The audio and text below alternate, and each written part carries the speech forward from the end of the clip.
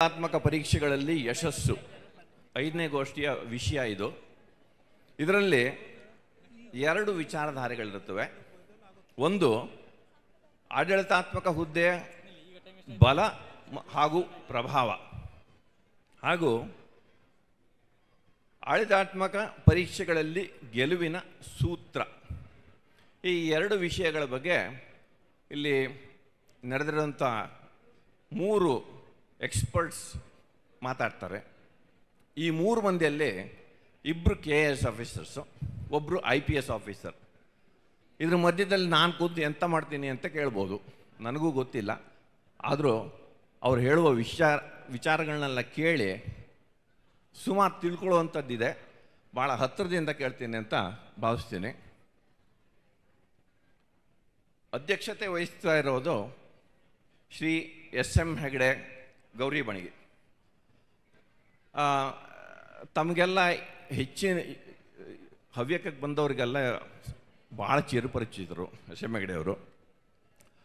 ಹಾಗಾಗಿ ತುಂಬ ಇಂಟ್ರೊಡಕ್ಷನ್ ಮಾಡದೆ ನಾನೇನು ಮಾಡ್ತೀನಿ ಅಂತ ಹೇಳಿದರೆ, ಅವರಿಗೆ ಈ ಗೋಷ್ಠಿಗೆ ಸೂಕ್ತವಾದಂಥ ವಿಷಯ ಬಗ್ಗೆ ಮಾತಾಡಲಿಕ್ಕೆ ಅವಕಾಶ ಮಾಡಿಕೊಡ್ತೇನೆ.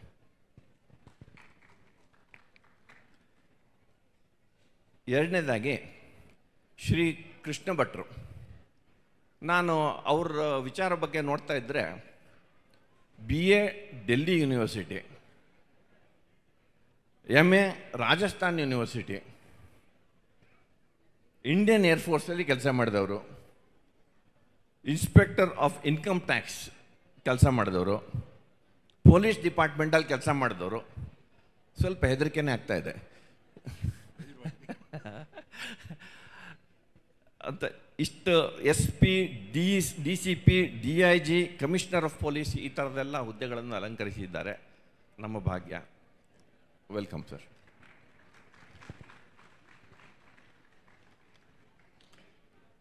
ಮತ್ತೊಂದು KAS ಅಧಿಕಾರಿ. ಇವರು ಕೂಡ ಸ್ವಲ್ಪ ಎಜುಕೇಷನ್ ನೋಡಿದರೆ ಭಾಳ ಆಶ್ಚರ್ಯ ಆಗ್ತದೆ.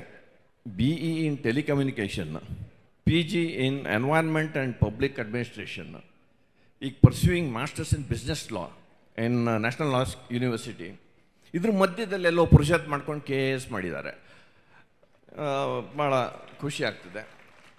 Deputy commissioner GST, department of commercial tax, government of Karnataka, ಇದರಲ್ಲಿ ಕೆಲಸ ಮಾಡ್ತಿದ್ದಾರೆ ಸದ್ಯಕ್ಕೆ. ಇದಲ್ಲದೆ ಅಘನಾಶಿನಿ ಅಂತ ಒಂದು ಡಾಕ್ಯುಮೆಂಟ್ರಿ ಕೂಡ ಮಾಡಿದ್ದಾರೆ. ಅದು ಇಂಟರ್ನ್ಯಾಷನಲ್ ಮನ್ನಣೆ ಪಡೆದಿರುತ್ತದೆ. ಈಗ ಮತ್ತೆ ಒಂದು ಸಂಕ್ಷಿಪ್ತವಾಗಿ ಆಮೇಲೆ ಬರ್ತೇನೆ, ಬಟ್ ಸದ್ಯಕ್ಕೆ ವೆಲ್ಕಮ್ ಸಹನಾ ಅವರೇ.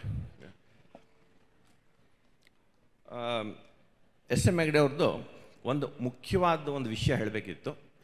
ಏನಂತ ಹೇಳಿದರೆ, ಹೌದು, ಇವರು ಜಾಯಿಂಟ್ ಕಮಿಷನರ್ ಆಗಿದ್ದರು ಕಮರ್ಷಿಯಲ್ ಟ್ಯಾಕ್ಸಲ್ಲಿ.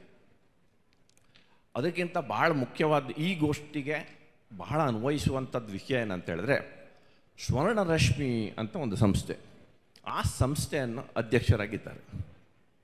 ಇದರಲ್ಲಿ ಭಾಳಷ್ಟು ಸ್ಟೂಡೆಂಟ್ಸಿಗೆ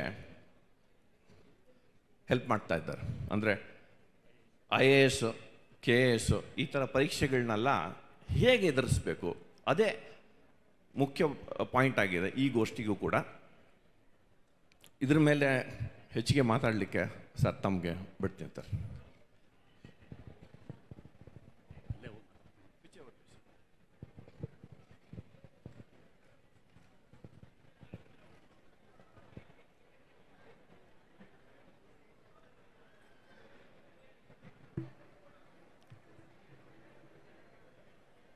ಎಲ್ರಿಗೂ ನಮಸ್ಕಾರ. ಹಸ್ತೊಟ್ಟೆಯಲ್ಲಿ ವಿಚಾರ ತಲೆಗೆ ಹೋಗೋದಿಲ್ಲ ಅಂತ ಒಂದು ಸಮಯ. ನಿರೂಪಣೆ ಮಾಡಿದ ಸ್ನೇಹಿತ ನಿತಿನ್ ಶಾಸ್ತ್ರಿ ಅವರು ಹೇಳಿದರು, ಇಲ್ಲಿ ಒಬ್ಬರು ಪೊಲೀಸ್ ಆಫೀಸರ್ ಇದ್ದಾರೆ, 2 ಜನ ಟ್ಯಾಕ್ಸ್ ಆಫೀಸರ್ ಇದ್ದಾರೆ ಅಂತ. ಬಹುಶಃ ಈ ಟ್ಯಾಕ್ಸು ಮತ್ತು ಪೊಲೀಸು ಯಾರಿಗೂ ಬಹಳ ಇಷ್ಟವಾದ್ದಲ್ಲ. ಆದರೆ ಅವ್ರು ನಮ್ಮವರಾದರೆ ಭಾಳ ಒಳ್ಳೆಯದು ಅಲ್ವಾ? Do you agri?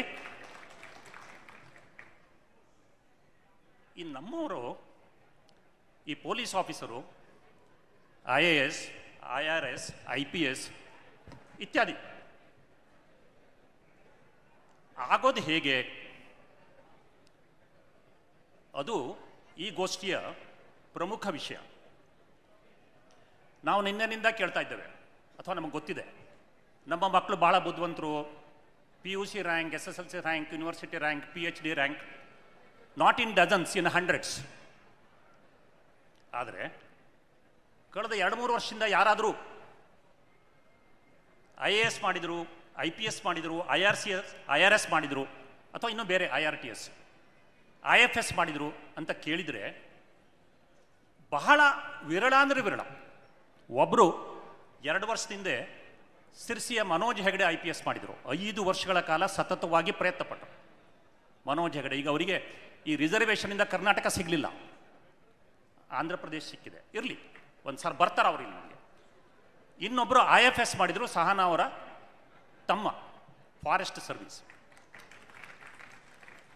ಅಂದರೆ ನಾವು ಇಷ್ಟೆಲ್ಲ ಬುದ್ಧಿವಂತ ಜನಾಂಗ ಬಹುಶಃ ಎಲ್ಲ ಕ್ಷೇತ್ರಕ್ಕೂ ನೀವು ನೋಡ್ತಾ ಇದ್ದೀರಿ, ಟೆಕ್ನೋಕ್ರಸಿಯಿಂದ ಹಿಡಿದು ಥಿಯೋಕ್ರಸಿವರೆಗೆ ಹಿಡಿದು ಎಲ್ಲದಕ್ಕೂ ನಮ್ಮದು ಈ ನಾಡಿಗಷ್ಟೇ ಅಲ್ಲ, ಇಡೀ ದೇಶಕ್ಕೆ ಅಷ್ಟೇ ಅಲ್ಲ, ಇಡೀ ಜಗತ್ತಿಗೆ ಕೊಡುಗೆ ಇದೆ. ಭಾಳ ಅಭಿಮಾನ ಪಡುವಂಥ ಸಂಗತಿ. ಈ ಹಿನ್ನೆಲೆಯಲ್ಲಿ ನಮ್ಮ ಪ್ರಾತಿನಿಧ್ಯ ಈ central services, IAS et cetera services ಮತ್ತು KPSC ಈ ಸರ್ವೀಸಸ್ಸಲ್ಲಿ ಯಾಕೆ ಇಲ್ಲ? ಹೀಗಿಲ್ದೇ ಇದ್ರೆ ಏನಾಗ್ತದೆ ನೀವು ಕೇಳ್ಬೋದು, ಏನು ಎಲ್ಲರೂ KS ಮಾಡೋದು ಬೇಕಾಗಿದೆ ಅಂತ. ದಯವಿಟ್ಟು ಕೇಳಿಸ್ಕೊಳ್ಳಿ, ಈ IAS, IPS, KS ಓದುವಂಥ ಪ್ರಕ್ರಿಯೆ ಇದೆಯಲ್ಲ, ಇದು ನಮ್ಮಲ್ಲೇ ಬೆಳೆದಂಥ ಒಬ್ಬ ಸಾಮಾನ್ಯ ವಿದ್ಯಾರ್ಥಿ ಬಾಲಕ, ಅವನಿಗೇನು ಧನ ಬೆಲ ಬೇಕಿಲ್ಲ, ತನ್ನ ಬುದ್ಧಿಮತ್ತೆಯಿಂದ, ತನ್ನ ಸಾಧನೆಯಿಂದ, ತನ್ನ ಅವಿರತ ಶ್ರಮದಿಂದ ಮತ್ತು ಫೋಕಸ್ಡ್ ಆಗಿ ಏಕಾಗ್ರತೆಯಿಂದ ಒಬ್ಬ ವ್ಯಕ್ತಿ ಶಕ್ತಿಯಾಗುವಂತಹ ಒಂದು ಪ್ರಕ್ರಿಯೆ ಇದು. ಹಾಗೆ ಶಕ್ತಿಯಾಗಿ ನಮ್ಮ ಸಮಾಜಕ್ಕೆ, ಕೇವಲ ಬ್ರಾಹ್ಮಣರಿಗೆ ಅಂತಲ್ಲ ನಾನು ಹೇಳೋದು, ನಮ್ಮ ಸಮಾಜಕ್ಕೆ ಒಂದು ಆಧಾರ ಸ್ತಂಭ ಆಗುವಂಥ ಒಂದು ಅತ್ಯುತ್ತಮವಾದಂಥ ವ್ಯಕ್ತಿಯಾಗಿ ನಿರ್ಮಾಣ ಆಗುವಂಥ ಒಂದು ಪ್ರಕ್ರಿಯೆ ಇದು. ಹಾಗಾಗಿ ನಮ್ಮಲ್ಲಿ ಆಗಲಿಲ್ಲ ಅಂತ ಹೇಳಲ್ಲ ನಾನು. ಈ ಕಳೆದ 50 ವರ್ಷದ ಅವಲೋಕನ ಮಾಡಿದರೆ ನನಗೆ ಒಂದು ಸಾಮಾನ್ಯವಾದಂಥ ಮಾಹಿತಿ ಇದೆ. It is not an exhaustive list. 71ರಲ್ಲಿ ತಿಮ್ಮಪ್ಪ ಮಡಿಯಾಳರು IPS ಮಾಡಿದರು. 76ರಲ್ಲಿ ಪುತ್ತೂರಿನ VV ಭಟ್ರು ದಿವಂಗತರಾದರು. ಅದಾದಮೇಲೆ 76ರಲ್ಲಿ ಸಿರ್ಸಿ CM ಭಟ್ರು IPS ಮಾಡಿದರು. ಅದಾದಮೇಲೆ ಲಾಂಗ್ ಗ್ಯಾಪ್, ಸಾಗರದ ಪಡವುಗೋಡಿನ PB ರಾಮಮೂರ್ತಿಯವರು, ಸನ್ಮಾನ್ಯ ರಾಮಮೂರ್ತಿಯವರು IAS ಮಾಡಿದರು. ಅದಾದಮೇಲೆ 1989ರಲ್ಲಿ ಯಲ್ಲಾಪುರದ ನರಸಿಂಹ ಕೋಮಾರ್ ಅಂಥೇಳಿ IPS ಮಾಡಿದರು. ಅವರು ಇವತ್ತು ಭಾಳ ಹೆಮ್ಮೆ ಪಡುವಂತಹದ್ದು, ಗುಜರಾತ್ನಲ್ಲಿ ADGP ಆಗಿದ್ದಾರೆ, ಇನ್ವೆಸ್ಟಿಗೇಷನ್ ದೇ. ಬೆಂಗಳೂರಿನಲ್ಲಿ CBI SP ಆಗಿದ್ದರು. ಅದಾದಮೇಲೆ ನಾವು ಎಷ್ಟು ವರ್ಷ ಕಾಯ್ಬೇಕಂತಂದರೆ 2014ರಲ್ಲಿ ಸಿರ್ಸಿಯ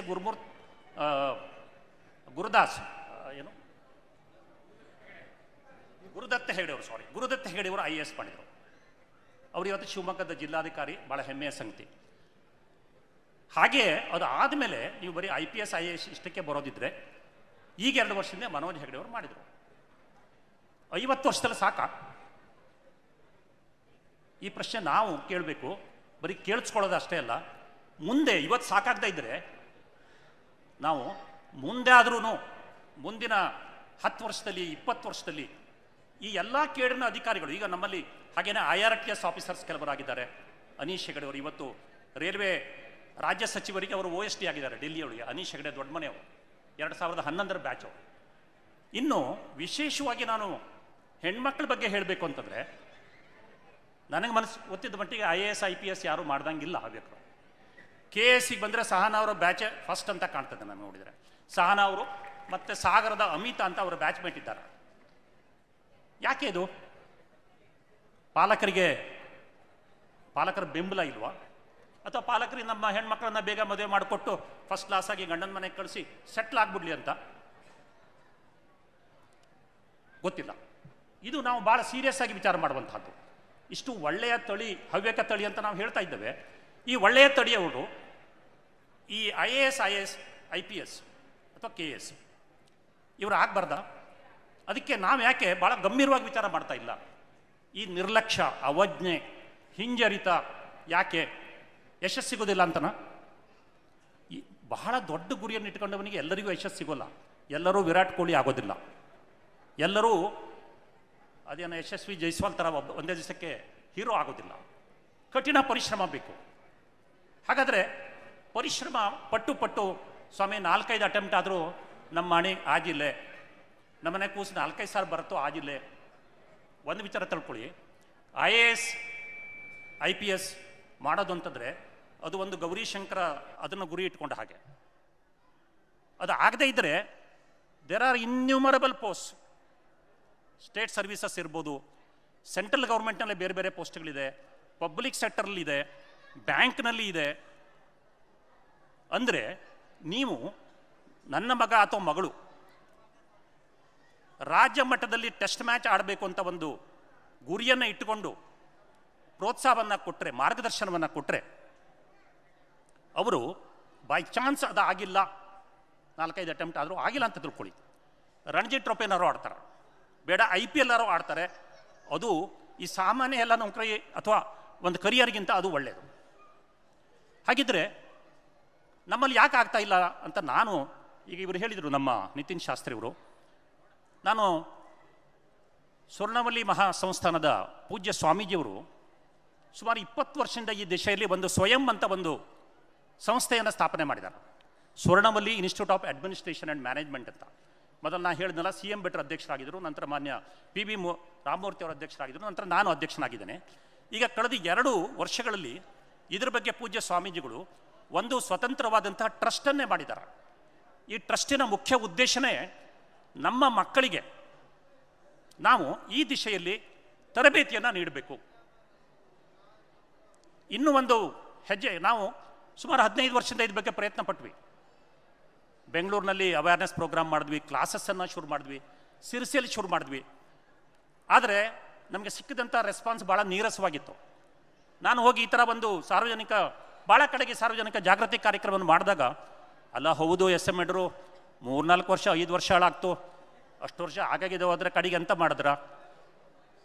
this is what I here from the parents.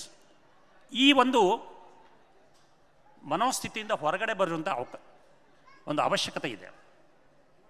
ಅದಕ್ಕೆ ಪೂಜ್ಯ ಸ್ವಾಮೀಜಿಯವರು ಕಳೆದ ವರ್ಷದಿಂದ ನಮಗೆ ಏನು ಆದೇಶವನ್ನು ಕೊಟ್ಟರು ಅಂತಂದರೆ, ಯು ಕ್ಯಾಚ್ ದೆಮ್ ಯಂಗ್. ಭಾಳ ಪ್ರೌಢಶಾಲೆ ಹಂತದಲ್ಲಿ ಅವರಿಗೆ ತರಬೇತಿಯನ್ನು ಕೊಡಿ. ಹೇಗೆ ಅವರು ಕುಮಾರಿ ಸಂಸ್ಕೃತಿ ಶಿಬಿರ, ಒಟ್ಟು ಶಿಬಿರ, ಸಣ್ಣ ಮಕ್ಕಳಿದ್ದಾಗಲೇ ಈ ಥರ ವಿಚಾರಗಳನ್ನು ಅವರು ಮೆದುಳಿಗೆ ಹಾಕಬೇಕು ಅನ್ನುವಂಥ ಒಂದು ಪ್ರಕ್ರಿಯೆ ಇದೆ ಬೇರೆ ಬೇರೆ ವಿಷಯಗಳಲ್ಲಿ. ಈ IAS ಮುಂತಾದ ಸ್ಪರ್ಧಾತ್ಮಕ ಪರೀಕ್ಷೆಯಲ್ಲೂ ಕ್ಯಾಚ್ ದೆಮ್ ಯಂಗ್, ಎಳವೆಯಲ್ಲಿ ಅವ್ರನ್ನ ಹಿಡೀರಿ, ಅವ್ರಿಗೆ ತಲೆಯಲ್ಲಿ ಹಾಕಿ ಅಂತ ಹೇಳಿದ್ರಿಂದ ಈಗ ಕಳೆದ 5 ತಿಂಗಳಿಂದ ನಾವು ಸಿರ್ಸಿ ಒಳಗೆ 3 ಪ್ರೌಢಶಾಲೆಗಳಲ್ಲಿ ಸುಮಾರು 160 ಮಕ್ಕಳಿಗೆ ಇದ್ರ ಬಗ್ಗೆ ನಾವು ಸತತವಾದಂಥ ತರಬೇತಿಯನ್ನು ನೀಡ್ತಾ ಇದ್ದೇವೆ. ಇದು ಬರೀ ಜಾಗೃತಿ ಅಲ್ಲ, ವೀಕ್ಲಿ ಕ್ಲಾಸಸ್ಸನ್ನು ನಾವು ಸಿರ್ಸಿ ಒಳಗೆ ಸುಮಾರು 160ಕ್ಕಿಂತ ಹೆಚ್ಚು ಮಕ್ಕಳಿಗೆ response is very good.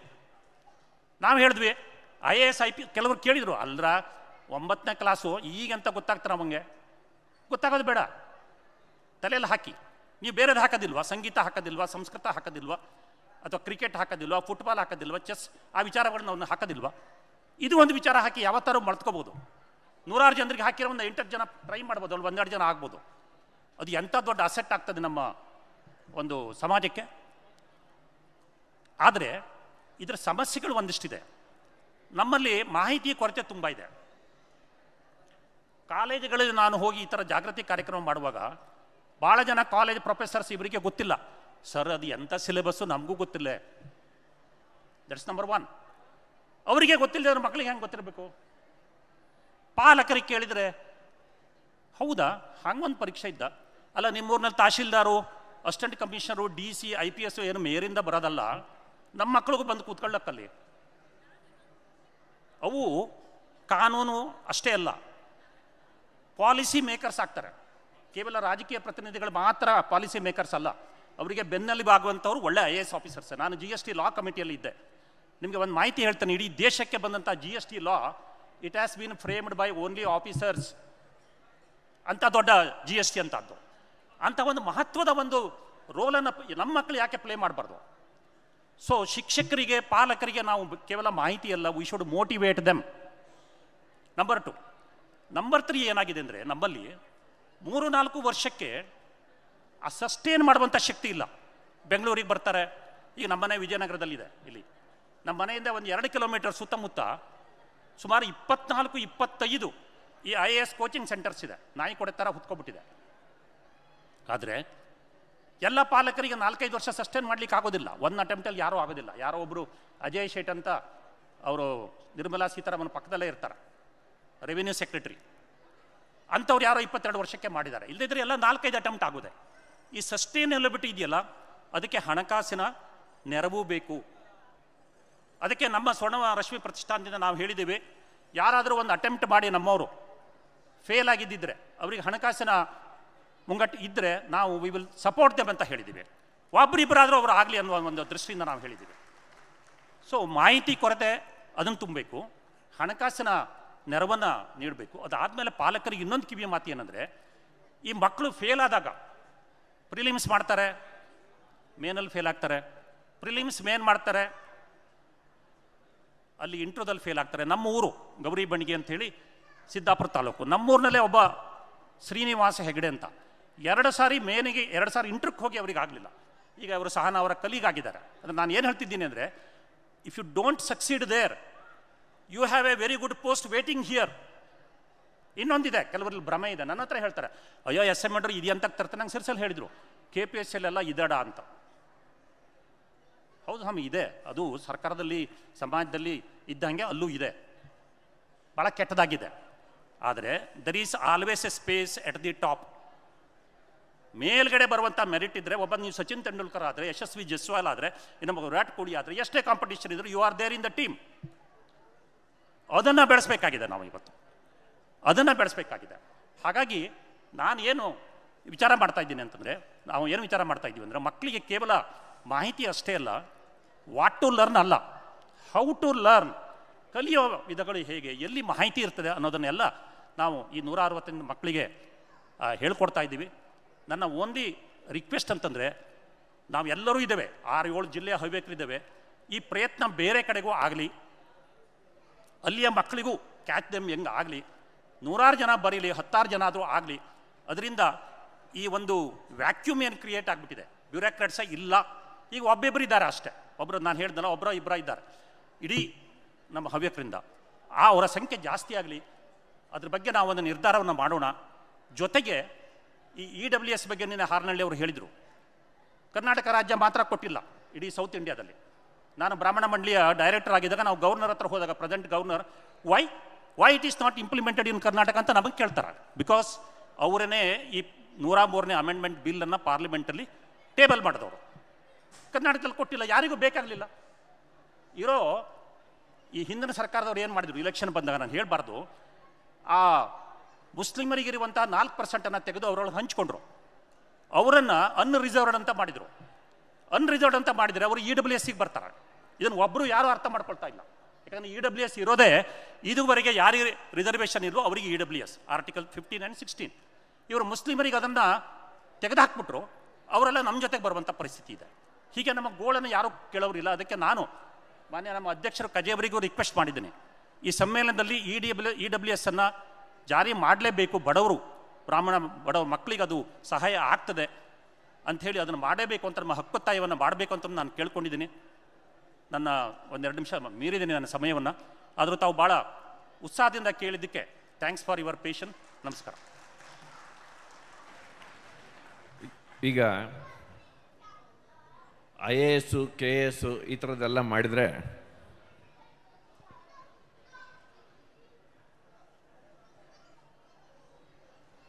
IAS, KS ಎಲ್ಲ ಮಾಡಿದರೆ ಬೇರೆ ಬೇರೆ ಹುದ್ದೆಗಳು ಸಿಗೋ ಸಾಧ್ಯತೆ ಇದೆ.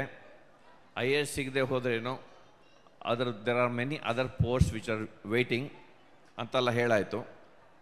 ಮುಂಚಿತವಾಗಿ ನಾನು ಆಗಲೇ ಹೇಳಿದೆ, ಪಕ್ಕದಲ್ಲಿ ಪೊಲೀಸ್ ಕೂತಿದ್ದಾರೆ. ಪೊಲೀಸ್ ಅಂತ ಹೇಳಿದ ಕೂಡಲೇ ಬಲ, ಅದಕ್ಕೆ ಆಡಳಿತಾತ್ಮಕ ಹುದ್ದೆಗಳ ಬಲ ಹಾಗೂ ಪ್ರಭಾವ, ಇದರ ಬಗ್ಗೆ ಮಾತಾಡಲಿಕ್ಕೆ ಕೇಳ್ಕೊಳ್ತೀನಿ ಕೃಷ್ಣ ಭಟ್ರು.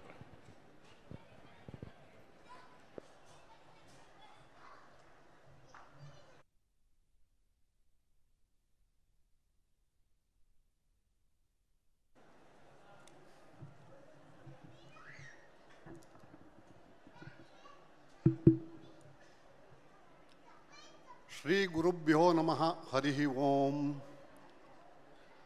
ನಮಸ್ತೆ ಸತೆ ಸರ್ವಲೋಕಾಶ್ರಯಾಯ ನಮಸ್ತೆ ಚಿತೆ ಸರ್ವರೂಪಾತ್ಮಕಾಯ ನಮೋದ್ವೈತತತ್ವಾಯ ಮುಕ್ತಿಪ್ರದಾಯ ನಮೋ ಬ್ರಹ್ಮಣೇ ವ್ಯಾಪಿನೇ ನಿರ್ಗುಣಾಯ.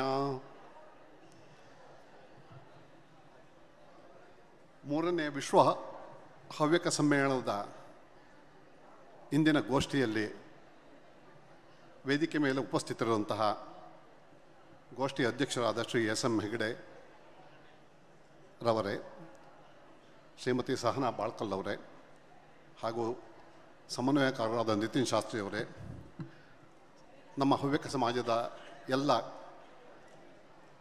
ಗಣ್ಯ ವ್ಯಕ್ತಿಗಳೇ, ಎಲ್ಲ ಹವ್ಯಕ ಬಂಧುಗಳೇ, ಈ ಗೋಷ್ಠಿಯಲ್ಲಿ ಒಂದು ವಿಚಾರಧಾರೆ ಅಂತ ಆಡಳಿತಾತ್ಮಕ ಹುದ್ದೆಗಳ ಬಲ ಮತ್ತು ಪ್ರಭಾವ ಅನ್ನೋ ಒಂದು ವಿಷಯದ ಬಗ್ಗೆ ಎಂದೇ ಆದ ರೀತಿಯಲ್ಲಿ ಹವ್ಯಕ ಮತ್ತು ನೇರ ಕನ್ನಡ ಮಿಕ್ಸ್ ಮಾಡಿ ಮಾತಾಡ್ತಾ ಇದ್ದಿ. ಮೊದಲನೇದಾಗಿ ಆ ಸಬ್ಜೆಕ್ಟ್ಗೆ, ಆ ವಿಷಯಕ್ಕೆ ಪ್ರವೇಶ ಮಾಡೋಕ್ಕಿಂತ ಮುಂಚೆ ಒಂದನ್ನು ನಾವು ನಮ್ಮ ಹವ್ಯಕ ಸಮ್ಮೇಳನ ಶ್ರೀ ಅಖಿಲ ಹವ್ಯಕ ಮಹಾಸಭಾದ ಅಧ್ಯಕ್ಷರಾದ ಗಿರಿಜಾ ಕಜೆ ಮತ್ತು ಅವರ ಅತಿ ಸಮರ್ಥವಾದ ತಂಡ, ಅದಕ್ಕೆ ನಾನು ನನ್ನ ವೈಯಕ್ತಿಕ ಕೃತಜ್ಞತೆಯನ್ನು ಸಲ್ಲಿಸಿ ನನ್ನ ಮಾತು ಮುಂದುವರಿಸ್ತಾ ಇದ್ದೀನಿ. ಯಾಕೆಂದರೆ ಇಷ್ಟು ದೊಡ್ಡ ಪ್ರಮಾಣದಲ್ಲಿ ಹವ್ಯಕರನ್ನು ಒಟ್ಟುಗೂಡಿಸಿ ನಮ್ಮ ಕಲೆ, ನಮ್ಮ ಸಂಸ್ಕೃತಿ, ನಮ್ಮ ವೇದಜ್ಞಾನ ಇರಲಿ ಅಥವಾ ಬೇರೆ ಬೇರೆ ವಿಷಯಗಳದ್ದು ನಮ್ಮ ಸಮುದಾಯಕ್ಕೆ ಪರಿಚಯ ಮಾಡಿಸ್ಕೊಡೋದಲ್ಲದೆ ಲೋಕ ಕಲ್ಯಾಣಕ್ಕಾಗಿ ನಾವು ಏನೇನು ಮಾಡ್ತಿದ್ದೀವಿ ಅನ್ನೋದನ್ನು ಜಗತ್ತಿಗೆ ಪ್ರಚುರಪಡಿಸುವಂಥ ಒಂದು ಅತ್ಯುತ್ತಮ ಕಾರ್ಯಕ್ರಮವನ್ನು 6 ವರ್ಷಗಳ ನಂತರ 3ನೇ ಹವ್ಯಕ ಸಮ್ಮೇಳನ ಆಯೋಜಿಸುವ ಮೂಲಕ ಮಾಡ್ತಾ ಇದ್ದಾರೆ. ಹೀಗೆ ಮತ್ತೊಮ್ಮೆ ಅವರಿಗೆ ನನ್ನ ವೈಯಕ್ತಿಕವಾದ ಅಭಿನಂದನೆಗಳು.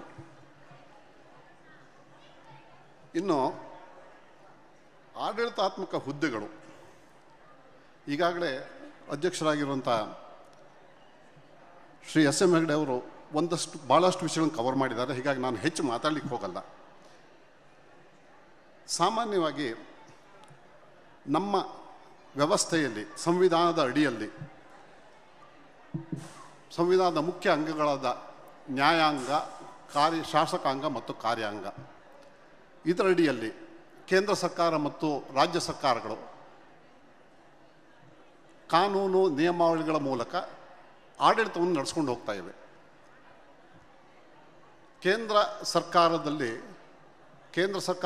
ಅಂದರೆ ಸಂವಿಧಾನದ ಅಡಿಯಲ್ಲಿ ಸೆಂಟ್ರಲ್ ಲಿಸ್ಟ್ ಅಂತ ಯಾವ್ಯಾವ ವಿಷಯಗಳ ಬಗ್ಗೆ ಕೇಂದ್ರ ಸರ್ಕಾರ ಅಧಿಕಾರ ಹೊಂದಿದೆ, ಕಾನೂನು ತರಬಹುದು, ಆಡಳಿತ ನಡೆಸ್ಬೋದು ಅನ್ನೋದು ಸೆಂಟ್ರಲ್ ಲಿಸ್ಟಲ್ಲಿ. ರಾಜ್ಯ ಸರ್ಕಾರಗಳು ಯಾವ್ಯಾವ ವಿಷಯಗಳ ಬಗ್ಗೆ ಅವರಿಗೆ ಅಧಿಕಾರ ಇದೆ, ತಮ್ಮ ರಾಜ್ಯಕ್ಕೆ ಸಂಬಂಧಪಟ್ಟಂತೆ ಕಾನೂನು ತರಬಹುದು, ಇಲ್ಲ ಸ್ಟೇಟ್ ಲಿಸ್ಟಲ್ಲಿದೆ. ಹಾಗೂ ಕಾನ್ಕರೆಂಟ್ ಲಿಸ್ಟ್ ಅಂತ ಕೇಂದ್ರ ಸರ್ಕಾರವು ಕೆಲವು ಕಾನೂನು ಮಾಡ್ಬೋದು, ಹಾಗೂ ರಾಜ್ಯ ಸರ್ಕಾರಗಳು ಕಾನೂನು ತರಬಹುದು. ಈ ಥರದ್ದು ಮುಖ್ಯವಾಗಿ ಕೇಂದ್ರ ಸರ್ಕಾರದಲ್ಲಂತೂ ಡಿಫೆನ್ಸ್ ಅಂದರೆ ರಕ್ಷಣಾ ವ್ಯವಸ್ಥೆ, ದೇಶದ ರಕ್ಷಣಾ ಪಡೆಗಳ ಬಗ್ಗೆ ಸಂಬಂಧಪಟ್ಟ ಹಾಗೆ, ಫೈನಾನ್ಸ್, ರೈಲ್ವೇಸ್, ಪೋಸ್ಟ್ ಇತ್ಯಾದಿ ಸುಮಾರು 54 ಮಿನಿಸ್ಟ್ರಿಗಳಿವೆ, ಖಾತೆಗಳಿವೆ. ಹಾಗೂ ಈ ಖಾತೆಗಳ ಅಡಿಯಲ್ಲಿ ಸುಮಾರು 93 ವಿವಿಧ ಇಲಾಖೆಗಳಿವೆ ಅಥವಾ ನಿರ್ದೇಶನಾಲಯಗಳಿವೆ. ಕರ್ನಾಟಕ ಸರ್ಕಾರಕ್ಕೆ ಸಂಬಂಧಿಸಿ ಹೇಳೋದಾದರೆ ನಮ್ಮಲ್ಲಿ ಮಿನಿಸ್ಟರ್ಸ್ ಅಂದರೆ ಮಿನಿಸ್ಟ್ರಿ ಹೇಳ್ತಿಲ್ಲ, ಮಿನಿಸ್ಟರ್ಸ್ ಒಂದು 30 ಮಿನಿಸ್ಟರ್ಸ್, ಚೀಫ್ ಮಿನಿಸ್ಟರ್ ಸೇರಿದಂತೆ, ಹಾಗೂ 43 ವಿವಿಧ ಇಲಾಖೆಗಳಿವೆ. ಯಾವುದೇ ಸರ್ಕಾರ ತನ್ನ ಕಾರ್ಯಕಲಾಪಗಳನ್ನು, ತನ್ನ ಕೆಲಸವನ್ನು ನಡೆಸ್ಕೊಂಡು ಹೋಗೋದು ಇಲಾಖೆಗಳ ಮೂಲಕ, ನಿರ್ದೇಶನಾಲಯಗಳ ಮೂಲಕ. Government runs through or functions through departments or directorates ಅಂತಾರೆ. ಯಾವುದೇ ಸರ್ಕಾರ ತನ್ನ ಕಾರ್ಯಕಲಾಪಗಳನ್ನು ವಿವಿಧ ಇಲಾಖೆಗಳ ಮೂಲಕ ನಡೆಸ್ಕೊಂಡು ಹೋಗ್ತಾರೆ. ಇದು ಆಡಳಿತಾತ್ಮಕ ವಿಷಯಕ್ಕೆ ಸಂಬಂಧಪಟ್ಟಂಥ ಇದು ವಿಷಯ. ಹಾಗೂ ಪ್ರಾಮುಖ್ಯತೆ ದೃಷ್ಟಿಯಿಂದ ಹೇಳೋದಾದರೆ ಆಡಳಿತಾತ್ಮಕ ಸೇವೆಗಳು, ಅದು ಯಾವುದೇ ಸೇವೆ ಇರ್ಬೋದು. ಸಾಮಾನ್ಯವಾಗಿ ಆಡಳಿತಾತ್ಮಕ ಸೇವೆ ಅಂದ ತಕ್ಷಣ ಬಹಳ ಜನರ ಮನಸ್ಸಲ್ಲಿ ಬರೋದು ಕೇಂದ್ರದ ದೃಷ್ಟಿಯಿಂದ ಹೇಳಿದರೆ IAS ಅಂತಾರೆ, ಇಂಡಿಯನ್ ಅಡ್ಮಿನಿಸ್ಟ್ರೇಟಿವ್ ಸರ್ವಿಸ್, ಭಾರತೀಯ ಆಡಳಿತ ಸೇವೆ, ಭಾರತೀಯ ಪೊಲೀಸ್ ಸೇವೆ IPS, ಮತ್ತು ಇಂಡಿಯನ್ ಫಾರೆಸ್ಟ್ ಸರ್ವಿಸ್, ಭಾರತೀಯ ಅರಣ್ಯ ಸೇವೆ. ಈ 3 ಸೇವೆಗಳಿಗೆ ಆಲ್ ಇಂಡಿಯಾ ಸರ್ವಿಸಸ್ ಅಂತಾರೆ. ಯಾಕೆಂದರೆ ದೇ ಆರ್ ಸಬ್ಜೆಕ್ಟ್ ಅಂದರೆ ಅವ್ರನ್ನ ಭಾರತದ ಯಾವುದೇ ರಾಜ್ಯದ ಅಥವಾ ಯಾವುದೇ ಕೇಂದ್ರ ಸರ್ಕಾರದ ಅಡಿಯ ಸಂಸ್ಥೆಗಳಲ್ಲಿ ಕೆಲಸ ಮಾಡೋ ಬಗ್ಗೆ ನೇರವಾಗಿ ಕೇಂದ್ರಕ್ಕೆ ಅಧಿಕಾರ ಇರುವಂಥದ್ದು. ಬಟ್ ರಾಜ್ಯಗಳಿಗೆ ಅಲಾಟ್ ಮಾಡಿದಾಗ ಆಯಾ ರಾಜ್ಯ ಸರ್ಕಾರಗಳು ಸೇವೆಗಳನ್ನು ಬಳಸ್ಕೋತಾವೆ. ಆಲ್ ಇಂಡಿಯಾ ಸೇವೆಗಳು. ಅದೇ ರೀತಿ ಇನ್ನೂ ಅನೇಕ ಸೇವೆಗಳಿವೆ. ಇಂಡಿಯನ್ ರೆವಿನ್ಯೂ ಸರ್ವಿಸ್ ಇದೆ, ಹಾಗೂ ಇಂಡಿಯನ್ ರೈಲ್ವೆ ಸರ್ವಿಸ್ ಇದೆ. ಅದಕ್ಕೆ ಬೇರೆ ಪರೀಕ್ಷೆ ಆಗ್ತದೆ. ಇಂಡಿಯನ್ ಫಾರೆಸ್ಟ್ ಸರ್ವಿಸ್ ಮತ್ತು ಇಂಡಿಯನ್ ರೈಲ್ವೆ ಸರ್ವಿಸ್ಗೆ ಬೇರೆ, ಯಾಕೆಂದರೆ ವಿದ್ಯಾರ್ಹತೆ ಮೇಲಿಂದ ಬೇರೆ ರೀತಿಯ ಪರೀಕ್ಷೆಗಳಾಗ್ತದೆ. ಅದಕ್ಕೆಂದರೆ ಕ್ವಾಲಿಫಿಕೇಷನ್ನೇ ಬೇರೆ ಇರಬೇಕಾಗ್ತದೆ. ಅದೇ ಇಂಡಿಯನ್ ಫಾರಿನ್ ಸರ್ವಿಸ್ ಇದೆ, ಅದು ಆಲ್ ಇಂಡಿಯಾ ಸರ್ವಿಸ್ ಇರಲ್ಲ, but one of the central services, most important central services. ಕೇಂದ್ರದ ಅಡಿಯಲ್ಲಿ ಬರುವಂಥ ಭಾಳ ಮುಖ್ಯವಾದ ಸೇವೆ ಇಂಡಿಯನ್ ಫಾರಿನ್ ಸರ್ವಿಸ್ ಆಲ್ಸೋ. ಆದರೆ ಆಂತರಿಕವಾಗಿ ಹೇಳೋದಾದರೆ ಉಳಿದ ಸೇವೆಗಳು ತುಂಬ ಇವೆ ಈ ಥರದ್ದು. ರಾಜ್ಯಕ್ಕೆ ಸಂಬಂಧಪಟ್ಟಂತ ಹೇಳಿದ್ರೆ, ನಮ್ಮ ಕರ್ನಾಟಕ ರಾಜ್ಯಕ್ಕೆ ಸಂಬಂಧಪಟ್ಟಂತ ಹೇಳಿದರೆ ಮುಖ್ಯವಾಗಿ ಕರ್ನಾಟಕ ಅಡ್ಮಿನಿಸ್ಟ್ರೇಟಿವ್ ಸರ್ವಿಸ್, ಅದರಲ್ಲೂ ಗ್ರೂಪ್ ಎ ಮತ್ತು ಗ್ರೂಪ್ ಬಿ ಅಂತ. ಗ್ರೂಪ್ ಎನಲ್ಲಿ ತಹಸೀಲ್ದಾರ್ ಅಸಿಸ್ಟೆಂಟ್ ಕಮಿಷನರ್ ನಮ್ಮ ಕಾಲದಲ್ಲಿ ಇದ್ದಿದ್ದು. ಈಗ ತಹಸೀಲ್ದಾರ್ ಕೂಡ ಗ್ರೂಪ್ ಎಗೆ ತಂದಿದ್ದಾರೆ. ಆ ಥರದಲ್ಲಿದೆ. ಪೊಲೀಸ್ ಸರ್ವಿಸ್ ಇದೆ, ಕಮರ್ಷಿಯಲ್ ಟ್ಯಾಕ್ಸ್ ಸರ್ವಿಸ್ ಇದೆ, ಲ್ಯಾಂಡ್ ರೆಕಾರ್ಡ್ಸ್ ಇದೆ, ಬ್ಲಾಕ್ ಡೆವಲಪ್ಮೆಂಟ್ ಆಫೀಸರ್. ವಿಧವಾದ ಸೇವೆಗಳಿಗೋಸ್ಕರವಾಗಿ ಕರ್ನಾಟಕ ರಾಜ್ಯಕ್ಕೆ ಸಂಬಂಧಪಟ್ಟ ಅಂದರೆ ಕರ್ನಾಟಕ ಲೋಕಸೇವಾ ಆಯೋಗ ಅವ್ರನ್ನ ಆಯ್ಕೆ ಮಾಡ್ತದೆ, ಸೆಲೆಕ್ಷನ್ ಮಾಡ್ತದೆ ಕಾಂಪಿಟೇಟಿವ್ ಎಕ್ಸಾಮಿನೇಷನ್ ಮೂಲಕ. ಅದೇ ರೀತಿ ರಾಷ್ಟ್ರ ಮಟ್ಟದಲ್ಲಿ ಯೂನಿಯನ್ ಪಬ್ಲಿಕ್ ಸರ್ವಿಸ್ ಕಮಿಷನ್, ಕೇಂದ್ರ ಲೋಕಸೇವಾ ಆಯೋಗ ಕಾಂಪಿಟೇಟಿವ್ ಪರೀಕ್ಷೆಗಳ ಮೂಲಕ ವಿವಿಧ ಹಂತಗಳಲ್ಲಿ SM ಅವರು ಹೇಳಿದಾಗೆ ಪ್ರಿಲಿಮಿನರೀಸ್, ಪೂರ್ವಭಾವಿ ಅಥವಾ ಪ್ರಾಥಮಿಕ ಪರೀಕ್ಷೆ, ಅದರಲ್ಲಿ ಕ್ವಾಲಿಫೈ ಆದವರು ತುಂಬ ಕಡಿಮೆ, ಅದರಲ್ಲಿ ಕ್ವಾಲಿಫೈ ಆದವ್ರನ್ನ ಮೇನ್ ಎಕ್ಸಾಮಿನೇಷನ್, ತದನಂತರ ಇಂಟರ್ವ್ಯೂ. ಅದರಲ್ಲಿ ಸೆಲೆಕ್ಷನ್ ಆದಮೇಲೆ ಅವರಿಗೆ ಒಂದು ನಿರ್ದಿಷ್ಟವಾದ ಟ್ರೈನಿಂಗ್. ಇಂಡಿಯನ್ ಅಡ್ಮಿನಿಸ್ಟ್ರೇಟಿವ್ ಆಫೀಸರ್ಸ್ಗಳಿಗೆ Lal Bahadur Shastri Indian administrative academy ಮಸೂರಿಯಲ್ಲಿ ನಡೀತದೆ. ಅದು ಪೊಲೀಸ್ ಸೇವೆಗೆ ಆಯ್ಕೆ ಆದವರಿಗೆ ನ್ಯಾಷನಲ್ ಪೊಲೀಸ್ ಅಕಾಡೆಮಿ ಹೈದರಾಬಾದಲ್ಲಿ ನಡೀತದೆ. ಅದೇ ರೀತಿ ಫಾರೆಸ್ಟ್ ಸರ್ವಿಸ್ಗೆ ಅಂದರೆ ಅದು ಸಪ್ರೇಟ್ ಪರೀಕ್ಷೆ, ಅಲ್ಲಿ ಆಯ್ಕೆ ಆದವರಿಗೆ ಡೆಹ್ರಾಡೂನ್ನಲ್ಲಿರುವಂಥ ಇಂಡಿಯನ್ ಫಾರೆಸ್ಟ್ ಅಕಾಡೆಮಿ ಅಲ್ಲಿ ನಡೀತದೆ. ಕರ್ನಾಟಕದಲ್ಲೂ ಕೂಡ ಅಷ್ಟೇ. ಇಲ್ಲಿ ಅಡ್ಮಿನಿಸ್ಟ್ರೇಟಿವ್ ಸರ್ವಿಸ್, ಆಡಳಿತಾತ್ಮಕ ಸೇವೆಗೆ ಸೆಲೆಕ್ಟ್ ಆದವರಿಗೆ ಮೈಸೂರಿನ ಅಡ್ಮಿನಿಸ್ಟ್ರೇಟಿವ್ ಟ್ರೈನಿಂಗ್ ಇನ್ಸ್ಟಿಟ್ಯೂಟ್ ಆ ಕಾಲದಲ್ಲಿ ಕರೀತಿದ್ರು. ಈಗ ನಾಮಿನ್ಕ್ಲೇಚರ್ ಬದಲಾಗಿರ್ಬೋದು. ಪೊಲೀಸ್ಗೆ ಒಂದು ಕಾಲದಲ್ಲಿ ಪೊಲೀಸ್ ಟ್ರೈನಿಂಗ್ ಸ್ಕೂಲ್ ಅಂತಿದ್ರು, ಪೊಲೀಸ್ ಟ್ರೈನಿಂಗ್ ಕಾಲೇಜ್ ಅಂತ. ಅದೀಗ ಕರ್ನಾಟಕ ಪೊಲೀಸ್ ಅಕಾಡೆಮಿ ಅಂತಾಗಿದೆ. ಇದೇ ರೀತಿ ವಿವಿಧ ಇಲಾಖೆಗಳಿಗೆ ಟ್ರೈನಿಂಗ್ ಕೊಡಲಿಕ್ಕೆ ಬೇರೆ ಬೇರೆ ಥರ ಸಂಸ್ಥೆಗಳಿವೆ. ಅಲ್ಲಿ ಟ್ರೈನ್ ಆಗಿ ಬಂದ ನಂತರ 2 ವರ್ಷದ ಪ್ರೊಬೇಷನ್ ಪೀರಿಯಡ್. ಆ 2 ವರ್ಷ ಪ್ರೊಬೇಷನ್ ಪೀರಿಯಡಲ್ಲಿ 1 ವರ್ಷ ಟ್ರೈನಿಂಗ್ ಇನ್ಸ್ಟಿಟ್ಯೂಷನ್ ಆದರೆ 2ನೇ ಇದರಲ್ಲಿ ನಂತರ ಅವರು ಆಯಾ ಜಿಲ್ಲೆಗಳಲ್ಲಿ ಪ್ರೊಬೇಷನ್ ಕಂಪ್ಲೀಟ್ ಮಾಡ್ತಾರೆ. ಈ ಸರ್ಕಾರಿ ಸೇವೆಗಳು ಸರ್ಕಾರದ ಬೆನ್ನೆಲುಬು. ಇದಿಲ್ಲದೆ ಸರ್ಕಾರದ ಕೆಲಸ ಕಾರ್ಯಗಳು ಸುಗಮವಾಗಿ ನಡ್ಕೊಂಡು ಹೋಗ್ಲಿಕ್ಕೆ ಆಗಲ್ಲ. ಹಾಗೂ ಇವು ಮೂಲ ಉದ್ದೇಶನೇ ಸೇವೆ, ಸಾರ್ವಜನಿಕ ಸೇವೆಗಳು. ಇಂಡಿಯನ್ ಅಡ್ಮಿನಿಸ್ಟ್ರೇಟಿವ್ ಸರ್ವಿಸ್ ಇರ್ಬೋದು, ಪೊಲೀಸ್ ಸರ್ವಿಸ್ ಇರ್ಬೋದು, ಅಥವಾ ಬೇರೆ ಯಾವುದೇ ಸರ್ವಿಸ್ ಇರ್ಬೋದು. KAS ಅಂದರೆ ಸರ್ವಿಸ್. ಸಾರ್ವಜನಿಕ ವಿವಿಧ ರೀತಿಯಲ್ಲಿ ಕಾನೂನಿನಡಿಯಲ್ಲಿ ಅದರಲ್ಲಿ ರೂಪಿತವಾದ ನಿಯಮಾವಳಿಗಳ ಅಡಿಯಲ್ಲಿ ವಿವಿಧ ರೀತಿಯ ಸೇವೆಗಳನ್ನು ಮಾಡ್ತಾರೆ. ಹಾಗೂ ಬರೀ ಇಷ್ಟೇ ಅಲ್ಲ, ಸರ್ಕಾರದ ನೀತಿ ನಿರೂಪಣೆ ಏನಿರ್ತದೆ ಅದನ್ನು ಕಾನೂನು ರೂಪದಲ್ಲಿ ತರಲಿಕ್ಕೆ ಹಾಗೂ ಅದನ್ನು ನೀತಿಯನ್ನು ಜಾರಿ ಮಾಡೋದು, ಕಾರ್ಯಾನ್ವಯ ಮಾಡೋದು ಕೂಡ ಇವೇ ಆಡಳಿತ ಸೇವೆಗಳು. ಈ ವಿಷಯದ ಬಗ್ಗೆ ತುಂಬ ವಿಸ್ತೃತವಾಗಿ ಹೇಳಲಿಕ್ಕೆ ಸಮಯಾವಕಾಶ ಕಮ್ಮಿ ಇರೋದರಿಂದ ನಾನು ಈ ವಿಷಯದ ಬಗ್ಗೆ ಜಾಸ್ತಿ ಇದು ಮಾಡಲಿಕ್ಕೆ ಹೋಗಲ್ಲ. ಆದರೆ ಈ ಸೇವೆಗಳಿಗೆ ಅದರದ್ದೇ ಆದಂಥ ಕೆಲವು ನ್ಯೂನತೆಗಳು ಇವೆ, ಚಾಲೆಂಜಸ್ ಇವೆ, ಸವಾಲುಗಳಿವೆ. ಉದಾಹರಣೆಗೆ ಸಾಮಾನ್ಯವಾಗಿ ಬಹಳ ಜನರಿಗೆ ಗೊತ್ತಿರೋ ಹಾಗೆ ಪೊಲಿಟಿಕಲ್ ಇಂಟರ್ಫರೆನ್ಸ್, ರಾಜಕೀಯ ಹಸ್ತಕ್ಷೇಪ, ಇದು ಅವರವರಿಗೆ ಅವರದ್ದೇ ಕಾರಣಗಳಿರ್ತದೆ. ರಾಜಕೀಯ ಅವರು ಮಾಡೋದಾದರೂ ಹಸ್ತಕ್ಷೇಪ ಮಾಡೋದು ಸುಮ್ಮನೆ ಕಾರಣವಿಲ್ಲದೆ ಮಾಡಲ್ಲ. ಆದರೆ ಸಾಧ್ಯವಾದಷ್ಟು ಈ ಸೇವೆಯಲ್ಲಿರೋರು ಕಾನೂನಿನ ಅಡಿಯಲ್ಲಿ ಸಂವಿಧಾನಕ್ಕೆ ಬದ್ಧರಾಗಿ, ಸಂವಿಧಾನದಲ್ಲಿ ಇವರು ಪ್ರತಿಜ್ಞೆ ಮಾಡಿರ್ತಾರೆ, ಅದರಲ್ಲಿ ಕೆಲಸಗಳನ್ನ ನಡ್ಸ್ಕೊಂಡು ಹೋಗೋದು ಇವ್ರ ಕರ್ತವ್ಯವಾಗಿರ್ತದೆ. ಹಾಗೂ ಅವರಿಗೆ ಡೆಡಿಕೇಶನ್ ಬೇಕು, ಕಮಿಟ್ಮೆಂಟ್ ಬೇಕು. ಇವೆಲ್ಲ ಒಬ್ಬ ಸರ್ಕಾರಿ ಸೇವೆಯಲ್ಲಿರುವಂತಹ, ಆಡಳಿತಾತ್ಮಕ ಸೇವೆಯಲ್ಲಿರುವಂತಹ ಇವರಿಗೆ ಅತಿ ಅನಿವಾರ್ಯವಾದದ್ದು. ಹಾಗೂ ಕರಪ್ಷನ್, ಸಾಮಾನ್ಯವಾಗಿ ಯಾವುದೇ ಸರ್ಕಾರಿ ಕಚೇರಿಗೆ ಹೋದರೆ ಲಂಚವಿಲ್ಲದೆ, ಹಣ ಕೊಡದೆ ಕೆಲಸ ಆಗಲ್ಲ ಅನ್ನೋದು ಕಾಮನ್ ಆಗಿ ಎಲ್ಲ ಕಡೆ ಇರೋ ಭಾವನೆ. ಆದರೆ ಈ ಸೇವೆಗಳಿರುವಂಥ ಮೇಲ್ಗಡೆ ಅಧಿಕಾರಿಗಳು ಸಾಕಷ್ಟು ಶ್ರಮವಹಿಸಿ ಕೆಳಗಡೆ ಹಂತದಲ್ಲಿ ನಡೆಯುವಂಥ ಭ್ರಷ್ಟಾಚಾರವನ್ನು ನಿಯಂತ್ರಿಸಲಿಕ್ಕೆ, ಮಟ್ಟ ಹಾಕಲಿಕ್ಕೆ ಬಹಳ ಪ್ರಯತ್ನ ಮಾಡ್ತಾ ಇರ್ತಾರೆ. ಅದನ್ನು ಮಾಡಲಿಕ್ಕೆ ಬೇರೆ ಸಂಸ್ಥೆಗಳಿವೆ. ಲೋಕಾಯುಕ್ತ ಇದೆ, ಮುಂಚೆ ಆ್ಯಂಟಿ ಕರಪ್ಷನ್ ಬ್ಯೂರೋ ಇತ್ತು, ಈ ಥರದ್ದಿವೆ, ಇಲ್ಲ ಅಂತಲ್ಲ. ಆದಾಗ್ಯೂ ಕೂಡ ಜನಸಾಮಾನ್ಯರ ಅನುಭವ ಏನಂತಂದರೆ ದುಡ್ಡಿಲ್ಲದೆ ಕೆಲಸ ಆಗಲ್ಲಂತ. ಆದರೆ ಇತ್ತೀಚೆಗೆ ತಂತ್ರಜ್ಞಾನವನ್ನು ಪ್ರತಿಯೊಂದು ಇಲಾಖೆಯು ಬಳಸ್ತಾ ಇದೆ, ಪ್ರತಿಯೊಂದು ಹಂತದಲ್ಲೂ ತಂತ್ರಜ್ಞಾನ ಬರ್ತಾ ಇದೆ. ಹೆಚ್ಚಿನ ಸೇವೆಗಳು ಆನ್ಲೈನ್ ಲಭ್ಯವಿವೆ. ಈಗ ಆನ್ಲೈನ್ಗಳ ಮೂಲಕ ಮಾಡೋದ್ರಿಂದ ಕಚೇರಿ ಅಲ್ದಾಟ ತಪ್ತದೆ. ಇದು ಕೂಡ ಒಂದು ಭಾಳ ಜನರಿಗೆ ಅನುಕೂಲ ಆಗ್ತಾಗಿದೆ, ಈಗಿನ ದಿನಗಳಲ್ಲಿ ಅನುಕೂಲ ಆಗ್ತಾ ಇದೆ. ಆದರೆ ಇನ್ನೊಂದು ಬಹಳ ಶೋಚನೀಯ ಸಂಗತಿ ಅಂದರೆ ಆಡಳಿತಾತ್ಮಕ ಜಡತ್ವ. ಸಾಮಾನ್ಯ ನೋಡಿ, ಸರ್ಕಾರಿ ಅಧಿಕಾರಿಗಳು ಎಲ್ಲರೂ ಹೋದರೆ ಬಹಳ ಮುಕ್ತವಾಗಿ ಮಾತಾಡೋದು ಕಡಿಮೆ, ಎಷ್ಟು ಬೇಕೋ ಅಷ್ಟು ಮಾತಾಡ್ತಾರೆ, ಕೆಲವೊಮ್ಮೆ ಮಾತೇ ಆಡಲ್ಲ, ಕೆಲವೊಮ್ಮೆ ನಿರ್ಲಕ್ಷ್ಯ ಮಾಡ್ತಾರೆ, ಏನೇನೋ ಇರ್ತದೆ. ಇದೊಂಥರ ಜಡತ್ವ ಬಂದಿರ್ತದೆ, ಮಾಡಿ ಮಾಡಿ ಮಾಡಿ ಇದೇ ಥರದಲ್ಲಿ ಅವ್ರದ್ದೇ ಆದ ಕಾರಣಗಳಿಗೆ ಏನು ಜಡತ್ವ ಬಳಸ್ಕೊಂಡಿರ್ತಾರೆ. ಇದು ನಿರೀಕ್ಷಿತವಲ್ಲ, ಇದು ಶೋಚನೀಯ ಸಂಗತಿ. ಆದರೆ ಇದನ್ನು ಕೂಡ ಸರಿ ಮಾಡಲಿಕ್ಕೆ ಪ್ರತಿ ಇಲಾಖೆ ಕೂಡ ಬೇರೆ ಬೇರೆ ರೀತಿಯಲ್ಲಿ ತಮ್ಮದೇ ಪ್ರಯತ್ನ ಮಾಡ್ತಿರ್ತಾರೆ. ಅವರ ಆ್ಯನ್ಯುವಲ್ ಅಸೆಸ್ಮೆಂಟ್ ರಿಪೋರ್ಟ್ ಇರ್ತದೆ, ಅವ್ರು ಏನು ಮಾಡ್ತಿದ್ದಾರೆ, ತಪ್ಪು ನಡೆದ್ರೆ ಅವ್ರ ಮೇಲೆ ಆಡಳಿತಾತ್ಮಕ ಕ್ರಮ ತೆಗೆದುಕೊಳ್ಳೋದು, ಡಿಪಾರ್ಟ್ಮೆಂಟಲ್ಲಿ ಎನ್ಕ್ವೈರೀಸ್ ಮಾಡೋದು, ಈ ಥರದಲ್ಲಿ ಇದ್ದೇ ಇರ್ತದೆ. ಇದ್ರ ಮೂಲಕ ಸುಧಾರಿಸಲಿಕ್ಕೆ ಪ್ರಯತ್ನ ಮಾಡ್ತಿರ್ತಾರೆ. ಆನಂತರ ನಮ್ಮ ಹವ್ಯಕ ಸಮುದಾಯಕ್ಕೆ ಹೇಳಿದಾಗ ಇದಕ್ಕೆ ಸಂಬಂಧಪಟ್ಟ ಹಾಗೆ ಈಗಾಗಲೇ SM ಹೆಗಡೆ ಹೇಳಿದ್ದಾರೆ, ನಮ್ಮ ಸಮುದಾಯದಿಂದ IASನಲ್ಲಿ ಕಳೆದೊಂದು 50 ವರ್ಷದಲ್ಲಿ ಯಾರ್ಯಾರು ಆಗಿ ಹೋಗಿದ್ದಾರೆ ಅಂತ, ಹಾಗೂ IPSನಲ್ಲಿ ಯಾರು ಬಂದರು ಅಂತ, KASನಲ್ಲಿ ಯಾರ್ಯಾರು ಬಂದಿದ್ದಾರೆ ಅಂತ ಅವರು ಲಿಸ್ಟ್ ಕೊಟ್ಟಿದ್ದಾರೆ, ಈಗಾಗಲೇ ಹೇಳಿದ್ದಾರೆ. ಇದು ನಾವು ಭಾಳ ಗಂಭೀರವಾಗಿ ಯೋಚನೆ ಮಾಡಬೇಕಾದ ಸಂಗತಿ. ಒಂದು ಪ್ರಾಬ್ಲಮ್ ಏನಂತ ನಾನು ನೋಡಿದ ಹಾಗೆ, ನಮ್ಮ ಹುಡುಗರಿಗೆ ಭಾಳ ಜನ ಪ್ರಯತ್ನ ಮಾಡ್ತಾ ಇದ್ದಾರೆ, ಭಾಳ ಶ್ರದ್ಧೆಯಿಂದ ಓದ್ತಾರೆ, ಸ್ಟಡಿ ಮಾಡ್ತಾರೆ, ಹಾರ್ಡ್ ವರ್ಕ್ ಮಾಡ್ತಾರೆ, ಡಿಸ್ಕಷನ್ ಮಾಡ್ತಾರೆ, ಯಾವುದಾದ್ರು ಇನ್ಸ್ಟಿಟ್ಯೂಷನ್ ಸೇರ್ಕೊಂಡಿರ್ತಾರೆ. ಉದಾಹರಣೆ ಬೆಂಗಳೂರಿನಲ್ಲೇ ಇನ್ಸೈಟ್ ಅಂತ ಇದೆ, IAS ಬಾಬಾ ಅಂತ ಇದೆ.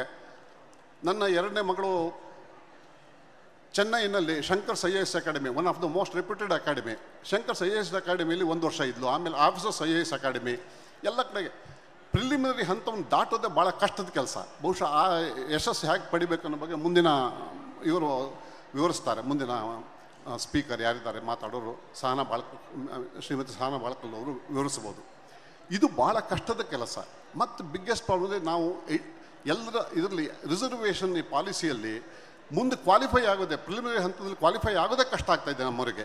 ಇದನ್ನು ನಾವು ಮೆಟ್ಟಿ ಮುಂದೆ ಹೋದರೆ ಯಶಸ್ಸು ಸಾಧ್ಯ. ಇದ್ರ ಬಗ್ಗೆ ನಮ್ಮವರೆಲ್ಲ ಪ್ರಯತ್ನ ಮಾಡಬೇಕು. ಇನ್ನು ನಮ್ಮಲ್ಲಿ ಪ್ರಭಾವದ ದೃಷ್ಟಿಯಿಂದ IAS ಆಗಲಿ, KAS ಆಗಲಿ, IPS ಆಗಲಿ, ಅದು ವ್ಯಕ್ತಿಗಳ ಮೇಲೆ ಹೋಗ್ತದೆ.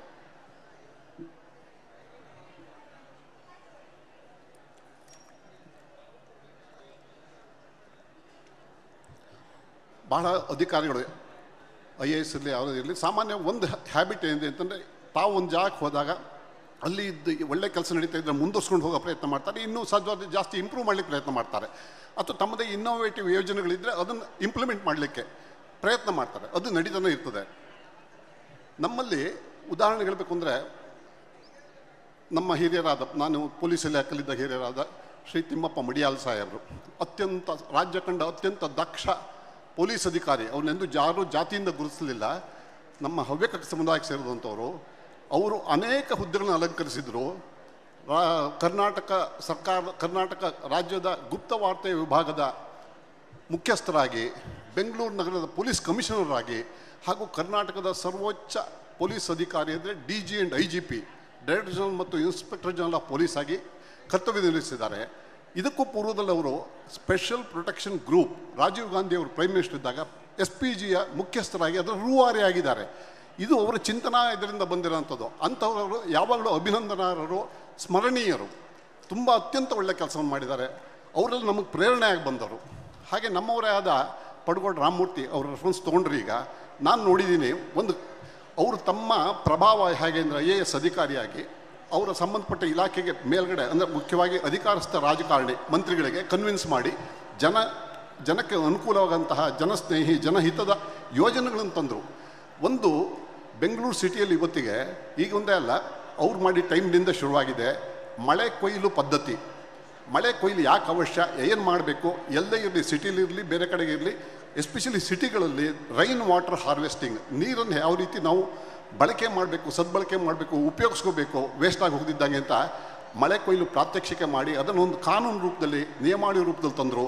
ಅದು ಇವತ್ತು ಬಿಲ್ಡಿಂಗ್ ಪ್ಲಾನ್ ಸ್ಯಾಂಕ್ಷನ್ ಮಾಡುವಾಗ ಅದೊಂದು ಅವಶ್ಯಕತೆ ಇದೆ. ಅದಿಲ್ಲದಿದ್ದರೆ ಮಳೆ ಕೊಯ್ಲುದು ಇನ್ಕ್ಲೂಡ್ ಆಗಿಲ್ಲ ಅಂದರೆ ಬಿಲ್ಡಿಂಗ್ ಪ್ಲಾನ್ ಸ್ಯಾಂಕ್ಷನ್ ಆಗಲ್ಲ.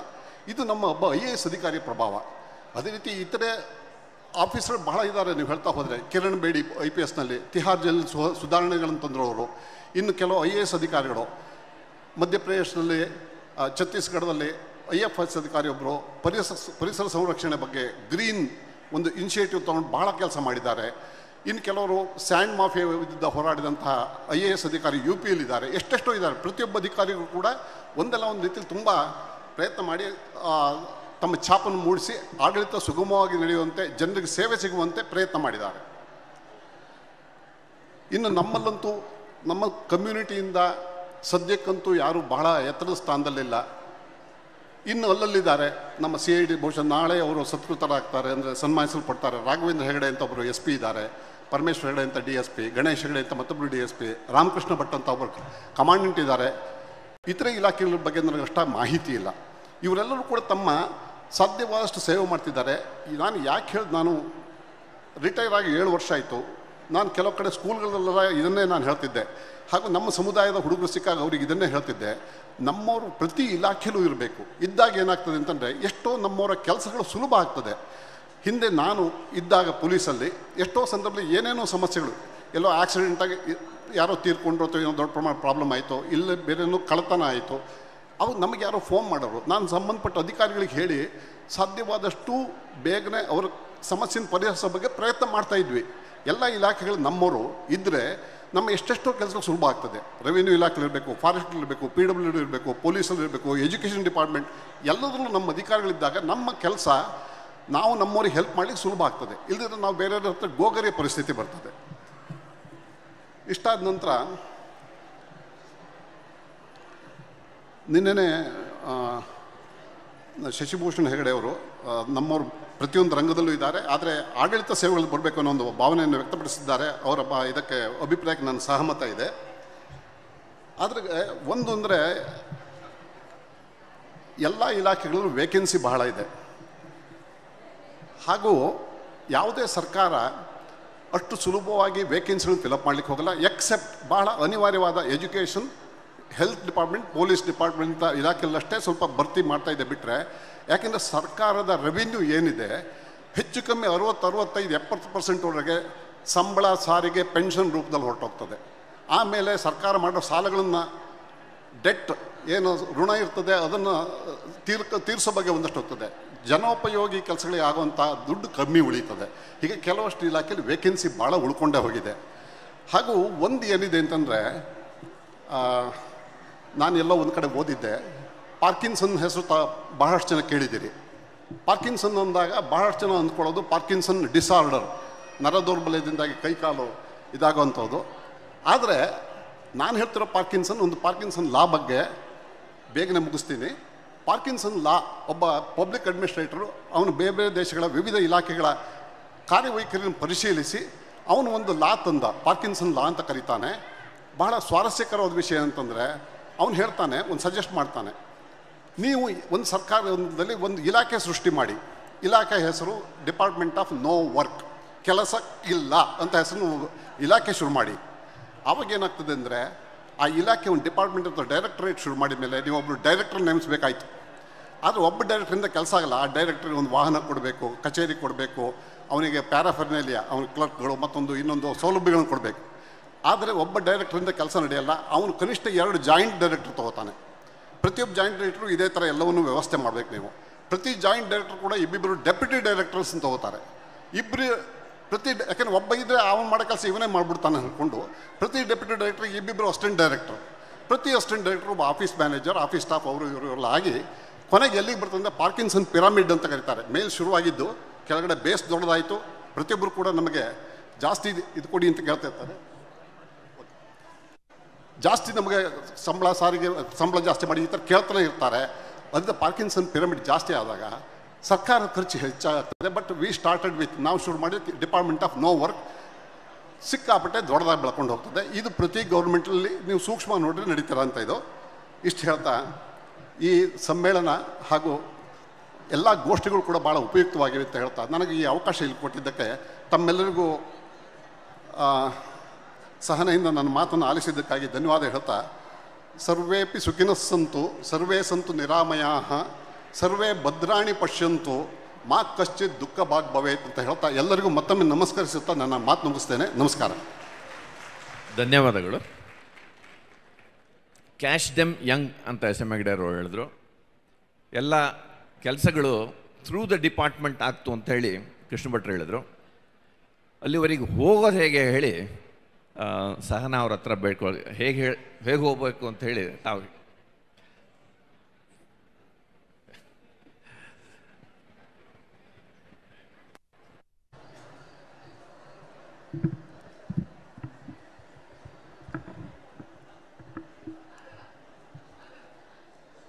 ನಮಸ್ಕಾರ. ಈ ಒಂದು ಹುರುಪಿನ ಹವಿ ಸಮ್ಮೇಳನದಲ್ಲಿ ಈ ಒಂದು ಊಟದ ಸಮಯದಲ್ಲೂ ಕೂಡ ನೆರೆದಿರುವಂತಹ ಆಡಳಿತಾಸಕ್ತ ಹವಿಕರೆ, ಹವ್ಯಕ ಪ್ರಿಯರೇ, ನಮ್ಮವರು ಆಡಳಿತದಲ್ಲಿ ಇಲ್ಲ ಅನ್ನೋದ್ರ ಮಧ್ಯೆ ನಮ್ಮಲ್ಲಿ ಎಷ್ಟು ಜನ ನಾವು ಪ್ರತಿ ವರ್ಷ UPSC union public service commission ಕೊಡುವಂತಹ ರಿಸಲ್ಟ್ನಲ್ಲಿ ನಮ್ಮವರ ಹೆಸರಿಗಾಗಿ ಹುಡುಕಾಡ್ತೀವಿ. ಭಟ್ಟನೋ ಹೆಗಡೆಯೋ ನಮ್ಮೂರ ಹೆಸರೋ ಇನಿಷಿಯಲ್ಸ್ಗಳು ನಮ್ಮವರಿಗೆ ಗೊತ್ತಿರೋರು ಇದಾರ ಇಲ್ವೋ ಅಂತ ಅಲ್ವಾ? ಯಾಕೆ UPSC ರಿಸಲ್ಟ್ಸ್ ಅಲ್ಲಿ ಬರೋ ಹೆಸರು ನಮ್ಮವರ ಗೆಲುವಿನ ಒಂದು ಮಾನದಂಡನ? Something has been achieved from our people ಅನ್ನೋ ಒಂದು ಫೀಲ್ಗಾಗ ಅಂತ. ಪೌರೋಹಿತ್ಯವನ್ನು ಮಾಡಿಕೊಂಡು ಅಡಿಕೆ ಕೃಷಿಯನ್ನು ಮಾಡಿ ಮುಂದೆ ಔದ್ಯೋಗಿಕ ರಂಗದಲ್ಲೂ ಕೂಡ ತನ್ನದೇ ಛಾಪನ್ನು ಮೂಡಿಸ್ಕೊಂಡು ದಾಪುಗಾಲನ್ನು ಹಾಕಿ ಹಾರ್ಡ್ವೇರ್ ಸಾಫ್ಟ್ವೇರಲ್ಲಂತೂ ತಮ್ಮ ಪ್ರತಿಭೆಯಿಂದ ದೇಶ ಕಾಲವನ್ನೇ ಮೀರಿ ಜಗತ್ತಿನ ಬೇರೆ ಬೇರೆ ಭಾಗದಲ್ಲಿ ಇರುವಂತಹ ಹವ್ಯಕರು ಈ ಕಾಲಘಟ್ಟದಲ್ಲಿ ಒಂದು ಗುರುತಿಸಲ್ಪಡೋ ಸಂಖ್ಯೆಯಲ್ಲಿ ಕೂಡ ಆಡಳಿತ ಸೇವೆಯನ್ನು ಸೇರ್ತಾ ಇರುವುದು ತುಂಬ ವಿಶೇಷವಾದದ್ದೇ. ಹವ್ಯಕ ಸಮ್ಮೇಳನ ಬೆಂಗಳೂರಿನಲ್ಲಿ ನಡೀತಾ ಇದ್ದು ಅಂತ ಪ್ರಕಟ ಆದಾಗ ಇದಕ್ಕೆಲ್ಲ ಬರೋ ಸಿದ್ಧತೆಯನ್ನು ನಾವೆಲ್ಲ ಮಾಡ್ಕೊಂಡ್ವಿ. ಆದರೆ ಉಳಿಯೋದು ಹೇಗೆ ಅನ್ನೋದು ಯಾವುದಾರಿಗಾದ್ರೂ ಚಿಂತೆ ಅಷ್ಟೊಂದಾಗಿತ್ತಾ? ನಮ್ಮನೆ ಮಾಣಿಯೋ ಕೂಸೋ ಇದ್ದು, ನಮ್ಮನೆ ಅತ್ತಿಗೆ ಭಾವನೆ ಇದ್ದ, ಬಹುಶಃ ಪ್ರತಿ ಮನೆ ಒಂದೊಂದು ಬ್ರಾಂಚ್ ಇಲ್ಲಿರ್ಬೋದು, ಅಥವಾ ಕೆಲವೊಂದು ಪ್ರಕರಣಗಳಲ್ಲಿ ಹೆಡ್ ಕ್ವಾರ್ಟರ್ಸೇ ಇರ್ಬೋದು. ಯಾಕೆ ಹೇಳಿ, ನಮ್ಮವರು ನಮ್ಮದು ಎನ್ನೋ ಭಾವ. ಕೃಷ್ಣ ಭಟ್ರು ಹೇಳ್ದಂಗೆ ಒಂದ್ಸಲ ಯೋಚನೆ ಮಾಡ್ಕೊಂಡು ನೋಡಿ, ನಮ್ಮ ಊರಿನ ಒಂದು ರಸ್ತೆ ಅಪ್ಲಿಕೇಶನ್ ತೆಗೆದುಕೊಂಡು ಹೋಗಿ ಕೂತಾಗ ಅಲ್ಲಿ ಎದುರಿಗೆ ಸಿಗುವ ಅಧಿಕಾರಿ ನಮ್ಮವರಾಗಿದ್ದರೆ, ಬೆಂಗಳೂರಿನಲ್ಲೇ ಒಂದು ಹವ್ಯಕ ಲೇಔಟನ್ನು ಮಾಡ್ಕೋತೀವಿ, ಅದಕ್ಕೆ ಬೇಕಾಗೋ ಎಲೆಕ್ಟ್ರಿಸಿಟಿಗೋ ನೀರಿನ ಪೂರೈಕೆಗೋ ಹೋಗಿ ಕೂತಾಗ ನಮ್ಮ ಪಕ್ಕದ ಮನೆ ಭಾವ ಇದ್ದರೆ, ಇಷ್ಟೊಂದು ಬಿಸ್ನೆಸ್ಗಳನ್ನು ಮಾಡ್ತಾ ಇದ್ದೇವೆ. ಸ್ಟಾರ್ಟಪ್ ಸ್ಕಿಲ್ ಇಂಡಿಯಾ ಯೋಜನೆಯಲ್ಲಿ ಯೂನಿಟ್ ಮಾಡೋಣ ಅಂತ ಹೋದಾಗ ರೈಲ್ವೆ ಅಧಿಕಾರಿನೋ ಫೆಸಿಲಿಟೇಷನ್ ಸೆಂಟರ್ನಲ್ಲಿ ಸಿಗುವವರೋ, ಸೊ ಲೈಸೆನ್ಸ್ ಕೊಡುವವರು, ಇವರೆಲ್ಲ ನಮ್ಮನೆ ಅತ್ತಿಗೆ ಆಗಿದ್ದರೆ ಪಂಚಾಯತಿಗೆ ಹೋಗ್ತೀರಾ, DC ಆಫೀಸ್ಗಳಿಗೆ ಹೋಗ್ತೀರಾ, ಅಲ್ಲಿರೋರು ನಮ್ಮವರಾದರೆ ಅಂದುಕೊಂಡ ಕೆಲಸ ಅಂದುಕೊಂಡದಕ್ಕಿಂತ ಬೇಗವಾಗತ್ತೆ, ತ್ವರಿತವಾಗಿ ಕಡತಗಳ ವಿಲೇವಾರಾಗತ್ತೆ. ಎಷ್ಟು ಸುಲಭ ಆಗ್ಲಕ್ಕಲ್ದ? ಹಾಗಾಗಬೇಕು ಅಂದರೆ ಆಡಳಿತದಲ್ಲಿ ನಮ್ಮವರು ಸೇರ್ಕೋಬೇಕು. ಪೊಲೀಸರು ಭಯ ಅಂತ ಹೇಳ್ತಿದ್ರು ಶಾಸ್ತ್ರಿಗಳು. ಆವಾಗ ಪೊಲೀಸರು ಅಲ್ಲಿದ್ದರೆ ದೂರದಲ್ಲಿ ಹೋಗ್ದೇನೆ, ಪೊಲೀಸ್ ಮಾಡಿ ನಮ್ಮನೆಯವನೇ ರಕ್ಷಣೆ ಕೆಲಸ ಎಲ್ಲ ಆರಾಮಾಗಿ ಆಗ್ತಾ ಇದ್ದ, ಬಂದೋಬಸ್ತೆಲ್ಲ ನೀಟಾಗಿ ಆಗ್ತಾ ಇದ್ದ ಅಂತ ಕೇಳ್ಕೊಂಡು ಹೋಗ್ಬೋದು. ಸರಕಾರಿ ಕೆಲಸವನ್ನು, ಅಭಿವೃದ್ಧಿ ಯೋಜನೆಯನ್ನು ನಮ್ಮ ಮನೆ ಬಾಗಿಲಿಗೆ ಕರೆಸ್ಕೋಬೋದು. ಟ್ಯಾಕ್ಸ್ ತಲೆ ಬೀಸಿ ಬೇಡ ಅನ್ನೋರು ನಮ್ಮ ಜೊತೆಗೆ ಬಂದು ಚರ್ಚೆಗೆ ಇಳಿಬೋದು ಅಲ್ವಾ? ಸೊ ಹಾಗಾಗಿ ಗೆಲುವಿನ ಸೂತ್ರ ಈ ಆಡಳಿತಾತ್ಮಕ ಪರೀಕ್ಷೆಗಳಲ್ಲಿ, ನಾಗರಿಕ ಸೇವೆಗಳಲ್ಲಿ ಗೆಲುವಿನ ಸೂತ್ರ ಅನ್ನೋದು ಬಹಳ ಮುಖ್ಯವಾದ ಒಂದು ಪಾತ್ರವನ್ನು ವಹಿಸುತ್ತೆ. ಒಂದು ಸಣ್ಣ ಸ್ಟ್ಯಾಟಿಸ್ಟಿಕ್ಸನ್ನು ಕೊಡೋಕ್ಕೆ ಇಷ್ಟಪಡ್ತೀನಿ. ಪ್ರತಿ ವರ್ಷ UPSC ಕರೆಯುವಂಥ ಪರೀಕ್ಷೆಗೆ 10 ಲಕ್ಷ ಜನ ಅರ್ಜಿಯನ್ನು ಸಲ್ಲಿಸ್ತಾರೆ. 70ರಿಂದ 80% ಜನ ಪರೀಕ್ಷಾರ್ಥಿಗಳು ಪರೀಕ್ಷೆಯನ್ನು ಬರೀತಾರೆ. ಕೊನೆಯಲ್ಲಿ 3 ಹಂತಗಳ ಪೂರ್ವಭಾವಿ, ಮಲ್ಟಿಪಲ್ ಚಾಯ್ಸ್, ಮೇನ್ಸ್, ಲಿಖಿತವಾಗಿ ಬರೆಯುವಂಥದ್ದು ಮತ್ತು ಸಂದರ್ಶನ, ಈ 3 ಹಂತವನ್ನು ದಾಟಿ ಅಧಿಕಾರಿಗಳಾಗಿ ರೂಪವಾಗುವವರು ವರ್ಷಕ್ಕೆ ಸುಮಾರು 1000, 1:1000 ರೇಷಿಯೋ. ಹಾಗೆ ಆಯ್ಕೆ ಆಗೋರಲ್ಲಿ 21-22 ವರ್ಷದ ಯುವಕರು ಇರ್ತಾರೆ, 32-32ಕ್ಕೆ ಮೇಲ್ಪಟ್ಟವರು ಇದ್ದಾರೆ. ಹಾರ್ವರ್ಡ್ನಲ್ಲಿ ಓದಿ ಬಂದವರು ಇರ್ತಾರೆ, ನಮ್ಮ ಹಳ್ಳಿ ಹುಡುಗರು ಇರ್ತಾರೆ. ನೀವೆಲ್ಲ ಓದಿರ್ತೀರ, ಆಟೋ ರಿಕ್ಷಾ ಓಡಿಸುವನ ಮಗ UPSCಯಿಂದ IAS IPS ಆಗಿರೋದು, ಕಾಂಟ್ರಾಕ್ಟ್ ಲೇಬರ್ನ ಮಗಳು ಆಗಿರುವಂಥದ್ದು, ಹೋಟೆಲ್ನಲ್ಲಿ ವೇಟರ್ ಕೆಲಸವನ್ನು ಮಾಡಿಕೊಂಡು ಎಕ್ಸಾಮನ್ನು ಬರೆದು ಕ್ಲಿಯರ್ ಮಾಡಿದವರಿದ್ದಾರೆ. ನೋಡಿ ಆ ರೇಂಜ್ ಹೇಗಿದೆ ಅಂತ. ನಿಮ್ಮಲ್ಲಿ ಕೆಲವರು ನೋಡಿರ್ಬೋದು, 12th ಫೇಲ್ ಅನ್ನೋ ಮೂವಿ ಬಂದಿತ್ತು, ಒಂದು real life story based, IPS Manoj Kumar ಅನ್ನೋರದ್ದು. ಸೊ ಈ ಸಿದ್ಧತೆಗೆ, ನಾಗರಿಕ ಸೇವೆಗಳ ಸಿದ್ಧತೆಗೆ ತೊಡಗಿಕೊಂಡವರ ಬದುಕು ಹೇಗಿರುತ್ತೆ ಅನ್ನೋದ್ರ ಒಂದು ತುಣುಕಿತ್ತು. ಈಗ ಒಂದು 5-6 ವರ್ಷದ ಹಿಂದಿನ ಸುದ್ದಿ ನನಗೆ ತುಂಬ ನೆನಪಾಗ್ತಾ ಇರತ್ತೆ. ಜಾರ್ಖಂಡಲ್ಲಿ ಒಂದು ಪೌರಸಭೆಯಲ್ಲಿ ಕೆಲಸ ಮಾಡ್ತಾ ಇರುವಂತಹ ಮಹಿಳೆ, 30 ವರ್ಷ ಕಸ ಗುಡಿಸೋ ಕೆಲಸನ ಮಾಡ್ತಾ ಇದ್ಲು. ಆಕೆಗೆ ಒಂದು ರಿಟೈರ್ಮೆಂಟ್ ಫಂಕ್ಷನ್ ನಡೀತಾ ಇರುತ್ತೆ. ನೀವೆಲ್ಲ ಊಹಿಸ್ಬೋದು, ಒಂದು 4ನೇ ದರ್ಜೆ ನೌಕರರಿಗೆ ಯಾವ ಥರದಲ್ಲಿ ನಿವೃತ್ತಿಯ ಒಂದು ಕಾರ್ಯಕ್ರಮ ನಡೀತಾ ಇರುತ್ತೋ ಆ ಥರದಲ್ಲಿ ನಡೀತಾ ಇರುತ್ತೆ. ಆಮೇಲೆ ಒಬ್ಬರು ಕಾರ್ನಲ್ಲಿ ಬಂದು ಹಿಡಿತಾರೆ. ಅಲ್ಲಿ ಡಿಸ್ಟ್ರಿಕ್ಟ್ ಇಂಜಿನಿಯರ್ ಬರ್ತಾರೆ, ಒಬ್ಬ ವೈದ್ಯರು ಬರ್ತಾರೆ, ಹಾಗೇನೆ ಆಗಿನ ಬಿಹಾರದ ಸಿವಾನ್ ಜಿಲ್ಲೆಯ ಜಿಲ್ಲಾಧಿಕಾರಿ ಬಂದು ಹಿಡಿದು ಆಕೆಯ ಕಾಲನ್ನು ನಮಸ್ಕರಿಸ್ತಾರೆ. ಆ 3 ಜನ ಆಕೆಯ ಮಕ್ಕಳು. ಇವತ್ತು ಪ್ರಬಲ ರಾಜಕಾರಣಿಗಳು ಕೂಡ ನನ್ನ ಮಗ IAS ಆಗಲಿ IPS ಆಗಲಿ ಅನ್ಕೋತಾರೆ. ಶ್ರೀಮಂತ ವ್ಯಕ್ತಿಯು ಕೂಡ ತನ್ನ ಮಗ IAS IPS ಬರಲಿ ಅಂತಾರೆ. ಈಕೆ ಬಡ ಹೆಣ್ಣು, ಮಗಳು ಕಸ ಗುಡಿಸೋ ಮಹಿಳೆ ಕೂಡ ತನ್ನ ಮಕ್ಕಳು ಈ ಸೇವೆಗೆ ಸೇರಲಿ ಅಂತಾಳೆ. ಆ ರೇಂಜನ್ನು ನೋಡಿ. ಯಾಕೆಂದರೆ ಇಲ್ಲಿ ಸಿಗೋ ಗೆಲುವು ಅದು ಒಂದು ವ್ಯಕ್ತಿಯದ್ದಲ್ಲ, ಕುಟುಂಬದ್ದಲ್ಲ, ಇಡೀ ಸಮುದಾಯದ್ದು, ಇಡೀ ಸಮಾಜದ್ದು. ಹಾಗಾಗಿ ಬಹುಶಃ ನಾವಿವತ್ತು ಈ ಚರ್ಚೆಯನ್ನು ಇಲ್ಲಿ ತೊಗೊಂಡ್ಕೊಂಡಿದ್ದೀವಿ ಅಂತ ಅನಿಸುತ್ತೆ. ಆದರೆ ಇಂತಹ ಪರೀಕ್ಷೆಗೆ ಬರೋರು ಎಷ್ಟೊಂದು ಬೇರೆ ಬೇರೆ ವಿಷಯದಿಂದ ಇನ್ಸ್ಪೈರ್ ಆಗಿ ಬಂದಿರಬಹುದು. ಮಿರಾಕಲ್ ಮ್ಯಾನ್ ಅಂತ ಕರೆಸ್ಕೊಂಡು ಅಂತಹ ಆಮ್ಸ್ಟ್ರಾಂಗ್ ಪ್ರಾಮ್ಯಾನ್ ಅವರು ಭಾರತದ ರಿಮೋಟೆಸ್ಟ್ ಪ್ಲೇಸ್ನಲ್ಲಿ 100 ಕಿಲೋಮೀಟರ್ ಉದ್ದ ಮಣಿಪುರ್ ನಾಗಾಲ್ಯಾಂಡಲ್ಲಿ ರಸ್ತೆಯನ್ನು ಮಾಡಿ ಗುರುತಿಸ್ಕೊಂಡವರು, ಮೆಟ್ರೋ ಮ್ಯಾನ್ ಅನ್ನೋ ಈ ಶ್ರೀಧರನ್, ಹೀಗೆ ಬೇರೆ ಬೇರೆಯವರಿಂದ ಪ್ರಭಾವಿತರಾಗಿ ನಾನು ಈ ಪರೀಕ್ಷೆಗೆ ಬರ್ತೀನಿ ಅಂತ ಯೋಚನೆ ಮಾಡೋರು ಇರ್ತಾರೆ. ಬಟ್ ಇದಕ್ಕೆ ಬರುವಾಗ ಮನೋಬಲ ಇನ್ನೂ ದೃಢವಾಗಿರಬೇಕು. ನಮ್ಮ ಈಗಿನ ಜನ್ರೇಷನಲ್ಲಿ ನಿಮ್ಮ ಮುಂದೆ ಇರುವಂತಹ ಕಾಸ್ಮಿಕ್ ಆಫ್ ಅಪಾರ್ಚುನಿಟೀಸ್ಗಳ ಮಧ್ಯದಲ್ಲಿ ಈ ಪರೀಕ್ಷೆ 1 ವರ್ಷ ನಡೀತಾ ಇರುವಾಗ 1 ವರ್ಷಗಳ ಕಾಲ ನನ್ನನ್ನು ನಾನು ಇದರಲ್ಲಿ ಸಂಪೂರ್ಣವಾಗಿ ತೊಡಗಿಸ್ಕೊಳ್ತೀನಿ. ಸಾಂವಿಧಾನಿಕವಾದಂತಹ ಕಾರ್ಯಾಂಗದ ಭಾಗವಾಗಿ ಪ್ರಜಾಪ್ರಭುತ್ವ ವ್ಯವಸ್ಥೆಯಲ್ಲಿ ಕಾರ್ಯವನ್ನು ಮಾಡ್ತೀನಿ. ಬರೇ ಒಂದು ಶಾರ್ಟ್ ಲೀವ್ಡ್ ಪವರ್ ಆಸೆಗಾಗಿ ಅಲ್ಲದೇನೆ ಇದರ ಮೂಲಕ ನಾನು ರಾಜ್ಯವನ್ನು, ದೇಶವನ್ನು ಪ್ರತಿನಿಧಿಸುವಂಥ ಒಂದು ಕಾರ್ಯದಲ್ಲಿ ತೊಡ್ಕೋಬೋದು. ಗಹನವಾದ ಅಧ್ಯಯನಕ್ಕೆ ಸದಾ ಸ್ಕೋಪ್ ಇರುವಂತಹ ಕಾರ್ಯದಲ್ಲಿ ನಾನು ಅಂತಹ ಒಂದು ವೃತ್ತಿಯನ್ನು ಮಾಡಬಹುದು ಎನ್ನೋ ಮನಸ್ಥಿತಿಯಿಂದ, ಯಾಕೆಂದರೆ ಈ ನಿರ್ಧಾರವನ್ನು ಪದವಿ ಹಂತದಲ್ಲಿಯೋ ಮಾಡಬೇಕಾಗಿರುತ್ತೆ. ಆ ಸಂದರ್ಭದಲ್ಲಿ ದುಡ್ಡು ಒಂದೇ ಮಹತ್ವ ಅಲ್ಲ ಅನ್ನೋದನ್ನು ಅರ್ಥೈಸಿಕೊಂಡು ದೃಢವಾದ ನಿರ್ಧಾರವನ್ನು ಮಾಡಿಕೊಂಡು ಬಂದವರಿಗೆ ಇಲ್ಲಿ ಗೆಲುವು ಸಿಗೋ ಸಾಧ್ಯತೆ ಜಾಸ್ತಿ. ಹೊರತಾಗಿ ಇನ್ಯಾರು ಒತ್ತಾಯಕ್ಕಾಗೋ ಅಥವಾ IAS IPSಗಳ ಗ್ಲಾಮರ್ ನ್ಯೂಸ್ಗಳನ್ನು ನೋಡಿಕೊಂಡು ಇಲ್ಲ ಬೇರೆ ಯಾವುದು ಮಾಡೋಕ್ಕೆ ಸಿಗ್ತಿಲ್ಲ, ಇದೊಂದು ಟ್ರೈ ಮಾಡಿ ನೋಡೋಣ ಅನ್ನೋ ಒಂದೇ ಒಂದು ಭಾವನೆಯಿಂದ ಬಂದರೆ ನಿರಾಸೆ ಕಟ್ಟಿಟ್ಟಿದ್ದು ಅಂತ ಅನಿಸುತ್ತೆ ನನಗೆ. ಯಾಕೆಂದರೆ ಅದನ್ನು ಓದ್ತಾ ಇರುವಂಥ ಸಂದರ್ಭದಲ್ಲಿ ಡೂ ಆರ್ ಡೈ ಅಟಿಟ್ಯೂಡಲ್ಲಿ ನಾವು ಪ್ರಿಪೇರ್ ಆಗಬೇಕಾಗಿರುತ್ತೆ. ಈ ಸಂದರ್ಭದಲ್ಲಿ ಇದೊಂದೇ ನನಗೆ ಅಂತ. ಸೊ ಈ ಸದೃಢವಾದಂತಹ ಒಂದು ನಿಲುವನ್ನು ತಗೊಂಡು ಬಂದಾದ ಮೇಲೆ ಈ ಪರೀಕ್ಷೆಗೆ ಅದರದ್ದೇ ಆದಂತಹ ಚಾಲೆಂಜ್ಗಳಿದೆ. ಅಕಾಡೆಮಿಕ್ ಪರೀಕ್ಷೆಗಿಂತ ವಿಭಿನ್ನವಾಗಿ ಇದಕ್ಕೆ ಆದ ಒಂದು ಸ್ಕೀಮ್ ಇದೆ. ರಾಜಕೀಯ ಒಂದೇ ಮಾತ್ರ ಅಲ್ಲ, ಪತ್ರಿಕೆಗಳನ್ನು ಓದೋದನ್ನು ನೀವು ಕೇಳಿರ್ತೀರ. ನಮ್ಮಲ್ಲಿ ಇಲ್ಲಿ ತುಂಬ ಜನ ಮಾಧ್ಯಮದವರಿದ್ದೀವಿ. ನೀವೆಲ್ಲ ಕೇಳಿರ್ತೀರ UPSC KPSC ಎಕ್ಸಾಮ್ಗೆ ಓದೋರು ಪತ್ರಿಕೆಗಳನ್ನು ನಿರಂತರವಾಗಿ ಓದ್ತಾ ಇರಬೇಕು ಅಂತ. ಯಾರಾದರೂ UPSC ಪರೀಕ್ಷೆಗೆ ಅಂತ ನೀವು ನ್ಯೂಸನ್ನು ಪಬ್ಲಿಷ್ ಮಾಡ್ತೀರಾ? ಆದರೆ ಗಂಟೆಗೆಟ್ಟಲೆ ಆಗಲೇ ಹೇಳಿದ್ರು, ಬೆಂಗಳೂರಿನ ಚಂದ್ರಾಲೇಔಟಲ್ಲಿ, ತಮಿಳುನಾಡಿನ ಅಣ್ಣಾನಗರದಲ್ಲಿ, ಚೆನ್ನೈನ ಅಣ್ಣಾನಗರದಲ್ಲಿ, ನಾವು ಹೈದರಾಬಾದ್ಗೆ ಹೋದರೆ ಅಶೋಕ್ ನಗರದಲ್ಲಿ, ಡೆಲ್ಲಿ ರಾಜೇಂದ್ರ ನಗರದಲ್ಲಿ ಯೂತ್ 20 ರಿಂದ 30 ವರ್ಷದ ವಯಸ್ಸಿನ ಹುಡುಗರು ಕೂತು ಇಡೀ ದಿನ ಪತ್ರಿಕೆಯನ್ನು ಓದ್ತಾರೆ. ಅವರು ಪತ್ರಿಕೆಯನ್ನು ಓದುವ ರೀತಿ, ವಿಷಯವನ್ನು ಗ್ರಹಿಸಿಕೊಳ್ಳೋ ರೀತಿ ಬೇರೆಯೇ ಆಗಿರುತ್ತೆ. ಮಳೆ ಬಂತು ಅಂತಂದರೆ ಅಲ್ಲಿ ಅವರು ಮಾನ್ಸೂನ್ ಬಗ್ಗೆ, ಎಲ್ನಿನೋ ಲಾನಿನಾದಂತಹ ಭೌಗೋಳಿಕ ಸಿದ್ಧಾಂತದ ಬಗ್ಗೆ ನೋಡ್ತಾ ಇರಬೇಕಾಗತ್ತೆ. ಇಲ್ಲಿ ಯಾರೋ ಸಿನಿ ಗಲಾಟೆ ಆಗ್ತಾ ಇದ್ರೆ ಕರ್ನಾಟಕ ಸಿನಿಮಾ ರೆಗ್ಯುಲೇಷನ್ ಆ್ಯಕ್ಟಲ್ಲಿ ಏನಿದೆ ಅಂತ ನೋಡ್ಕೋತಾ ಇರಬೇಕಾಗತ್ತೆ. ಹೀಗೆಲ್ಲ ಇದೆಯಲ್ಲ, ಏನು ಡಿಜಿಟಲ್ ಅರೆಸ್ಟ್ ಬರ್ತಾ ಇದ್ರೆ ಅದರ ಪ್ರೊಸೀಜರ್ನ, ಕಾನೂನನ್ನು ಅರ್ಥ ಮಾಡ್ಕೋತಾ ಇರಬೇಕಾಗತ್ತೆ. ನೆರೆ ಸುದ್ದಿಯನ್ನು ನೀವು ಓದ್ತಾ ಇದ್ರೆ ಈ ಪರೀಕ್ಷೆಗೆ ಓದ್ತಾ ಇರುವಂಥವರು ಡಿಸಾಸ್ಟರ್ ಮ್ಯಾನೇಜ್ಮೆಂಟ್ ಆ್ಯಕ್ಟಲ್ಲಿ ಏನಿದೆ ಅನ್ನೋದನ್ನು ಅರ್ಥ ಮಾಡ್ಕೋಬೇಕಾಗತ್ತೆ. ಹಾಗಾಗಿ they have to read between the lines. So ವಿಷಯದ ಗ್ರಹಿಕೆ ಇದರಲ್ಲಿ ತುಂಬ ಮುಖ್ಯವಾದಂಥ ಪಾತ್ರವನ್ನು ವಹಿಸುತ್ತೆ, ಹೇಗೆ ಓದ್ತಾ ಇದ್ದೀವಿ ಅನ್ನೋದು. ಯಾಕೆಂತಂದರೆ ಹೇಗೆ ನಾವೆಲ್ಲ ಡಾಕ್ಟರ್ಸ್ ಹತ್ರ ಸಮಸ್ಯೆ ಇದ್ದಾಗ ಹೋಗ್ತೀವೋ, ಆಡಳಿತಗಾರರ ಹತ್ರ ಕೂಡ ಅದೇ ಥರದಲ್ಲಿ ಸಮಸ್ಯೆಗಳನ್ನು ಇಟ್ಟುಕೊಂಡು ಬಂದವರಾಗಿರ್ತಾರೆ. ಅವರಿಗೆ ಒಂದು ಸೂಕ್ತವಾದ ಸಲಹೆಯನ್ನು ನೀಡಿ ಸರಿಯಾದ ನಿರ್ಧಾರವನ್ನು ಕೊಟ್ಟು ಸಮರ್ಪಕವಾಗಿ, ಸಂಪನ್ಮೂಲದ ಸಮರ್ಪಕವಾದಂತಹ ಒಂದು ಬಳಕೆಯನ್ನು ಮಾಡುವಂತಹ ಆಡಳಿತಾತ್ಮಕ ಸೊಲ್ಯೂಷನ್ ಓರಿಯೆಂಟೆಡ್ ನಿರ್ಧಾರವನ್ನು ಮಾಡೋದಿದೆಯಲ್ಲ, ಅದು ಸುಲಭದ ಮಾತಲ್ಲ. ಯೋಚಿಸಿ, ನೀವೆಲ್ಲ 30 ವರ್ಷಗಳ ಕಾಲ ಆಡಳಿತದ ಪ್ರಮುಖ ಹುದ್ದೆಗಳನ್ನು ಕೊಟ್ಟು ಇಡುವಂತಹ ವ್ಯಕ್ತಿಯನ್ನು ಆಯ್ಕೆ ಮಾಡತ್ತಲ್ಲ ಈ ನಾಗರಿಕ ಸೇವೆಗಳ ಮೂಲಕ, ಆ ಸ್ಪರ್ಧೆಗೆ ತಯಾರಾಗೋದು ಅಂತಂದರೆ ಅದೊಂದು ತಪಸ್ಸೇ ಸರಿ. ಹಾಗಾಗಿ ಅದಕ್ಕೆ ಸಿದ್ಧತೆಯನ್ನು ಮಾಡುವಾಗ ನಿರ್ಧಾರ, ಬಳಿಕ ಅದಕ್ಕೆ ಬೇಕಾದಂತಹ ಸ್ಟ್ರಾಟಜಿಯನ್ನು ಫಾಲೋ ಮಾಡಿ ಅರ್ಥ ಮಾಡಿಕೊಳ್ಳೋದು, ತದನಂತರದಲ್ಲಿ ವಿಷಯವನ್ನು ಪ್ರಸ್ತುತಪಡಿಸುವ ಕಲೆ, ಸಂವಹನ ಕೌಶಲ, ಇದನ್ನೆಲ್ಲ ಒಂದು ಈ ಸಿದ್ಧತಾ ಕಾಲದಲ್ಲೇ ಮಾಡ್ಕೊಂಡು ಹೋಗಬೇಕಾದಂಥದ್ದು ಬಹುಮುಖ್ಯವಾಗಿರುವಂಥದ್ದು. ಅದಕ್ಕೆ ಬೇಕಾಗೋದು ಸಮಯದ ಸರಿಯಾದ ಉಪಯೋಗ. ಇಲ್ಲಿ ಡೂಸ್ ಆರ್ ಡೋಂಟ್ಸ್ ಅಂತ ಹೇಳ್ತೀವಲ್ಲ, ಹಾಗೆ ನಮಗೆ ಇದು ಸ್ವಮಾರ್ಗ, ನಾವೇ ಸ್ವಮಂತ್ರ ಉಚ್ಚಾರಣೆಯಿಂದ ಮಾತ್ರ ಮಾಡೋಕ್ಕೆ ಸಾಧ್ಯ. ಸಿದ್ಧ ಸೂತ್ರ, ಒಂದು ಪ್ರಿಪೇರ್ಡ್ ರೆಸಿಪಿ ಅನ್ನುವಂಥದ್ದು ಈ ಪರೀಕ್ಷೆಯಲ್ಲಿ ಇಲ್ಲವೇ ಇಲ್ಲ.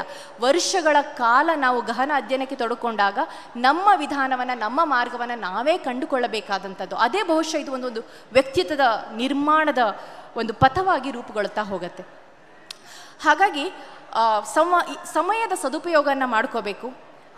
ಇನ್ನೊಂದು ಬಹುಮುಖ್ಯ ವಿಷಯವನ್ನು ನಾನು ಹೇಳಲೇಬೇಕು. 20 ರಿಂದ 25 ವರ್ಷದ ವಯಸ್ಸಿನಲ್ಲಿ ಇದಕ್ಕೆಲ್ಲ ಪ್ರಿಪೇರ್ ಆಗ್ತಾ ಇರುವಾಗ ನಮಗೆ ನಮ್ಮ ಒಂದು ಬೆಂಬಲ ವ್ಯವಸ್ಥೆ ತುಂಬ ಸ್ಟ್ರಾಂಗ್ ಆಗಿ ಬೇಕಾಗತ್ತೆ.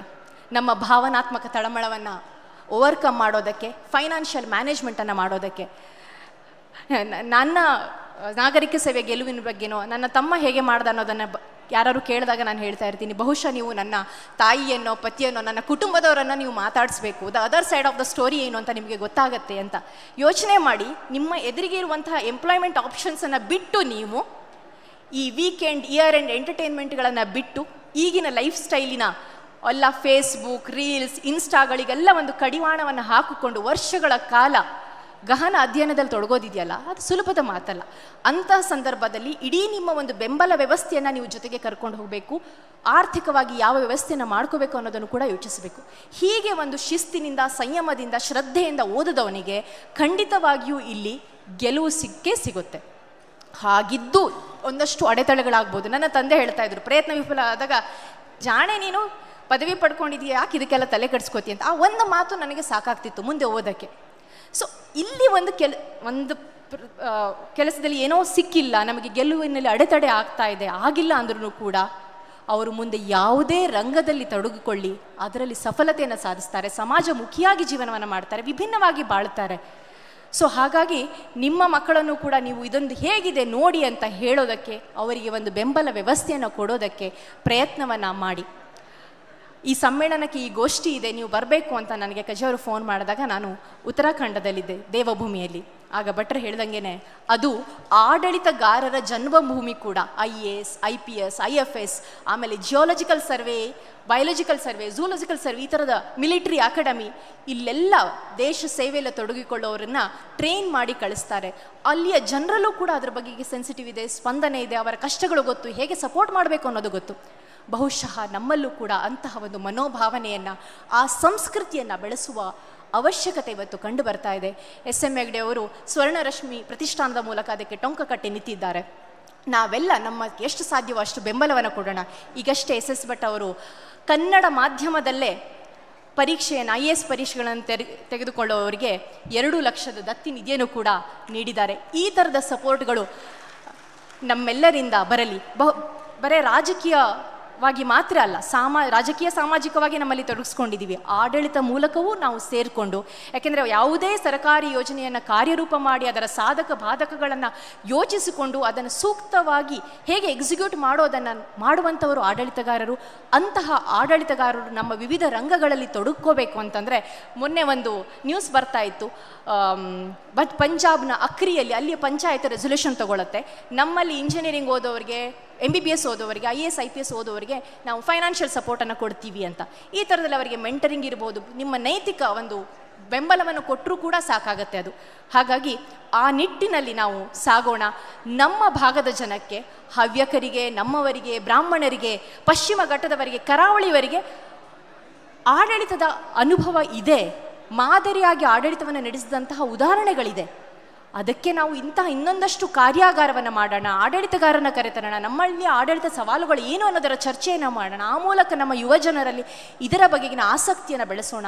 ಈ ವಿಶ್ವ ಹವ್ಯಕ ಸಮ್ಮೇಳನದ ಮೂಲಕ ನಮ್ಮ ಸಂಸ್ಕೃತಿಯ ಬೆಳವಣಿಗೆಯ ಜೊತೆಗೆ ಆಡಳಿತದ ದೀವಿಗೆಯನ್ನು ಹಿಡಿಯೋಣ. ಮತ್ತೆ ಸಿಗೋಣ. ಧನ್ಯವಾದಗಳು ಸರ್. ಕ್ಯಾಶ್ ದೆಮ್ ಯಂಗ್ ಅಂತ SM ಹೆಗ್ಡೆ ಅವರು ಹೇಳಿದರು. ಥ್ರೂ ದ ಡಿಪಾರ್ಟ್ಮೆಂಟ್ಸ್ ಅಂತ ಕೃಷ್ಣ ಭಟ್ರು ಹೇಳಿದರು. ಡೂ ಆರ್ ಡೈ ಅಂತ ಸಹನಾ ಅವರು ಹೇಳಿದರು. ಅಧ್ಯಕ್ಷರು 1 ನಿಮಿಷದಲ್ಲಿ ಸಮರಿ ಮಾಡಿ ಗೋಷ್ಠಿ ಮುಗಿಸುವ.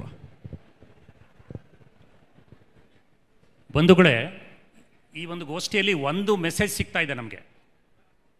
ನಮ್ಮ ಶ್ರೇಷ್ಠ ತಳಿ IAS ಮುಂತಾದ ಹುದ್ದೆಗಳಲ್ಲಿ ಅದರ ಪ್ರಾತಿನಿಧ್ಯ ಭಾಳ ಕಮ್ಮಿ ಇದೆ. ನಂಬರ್ 1,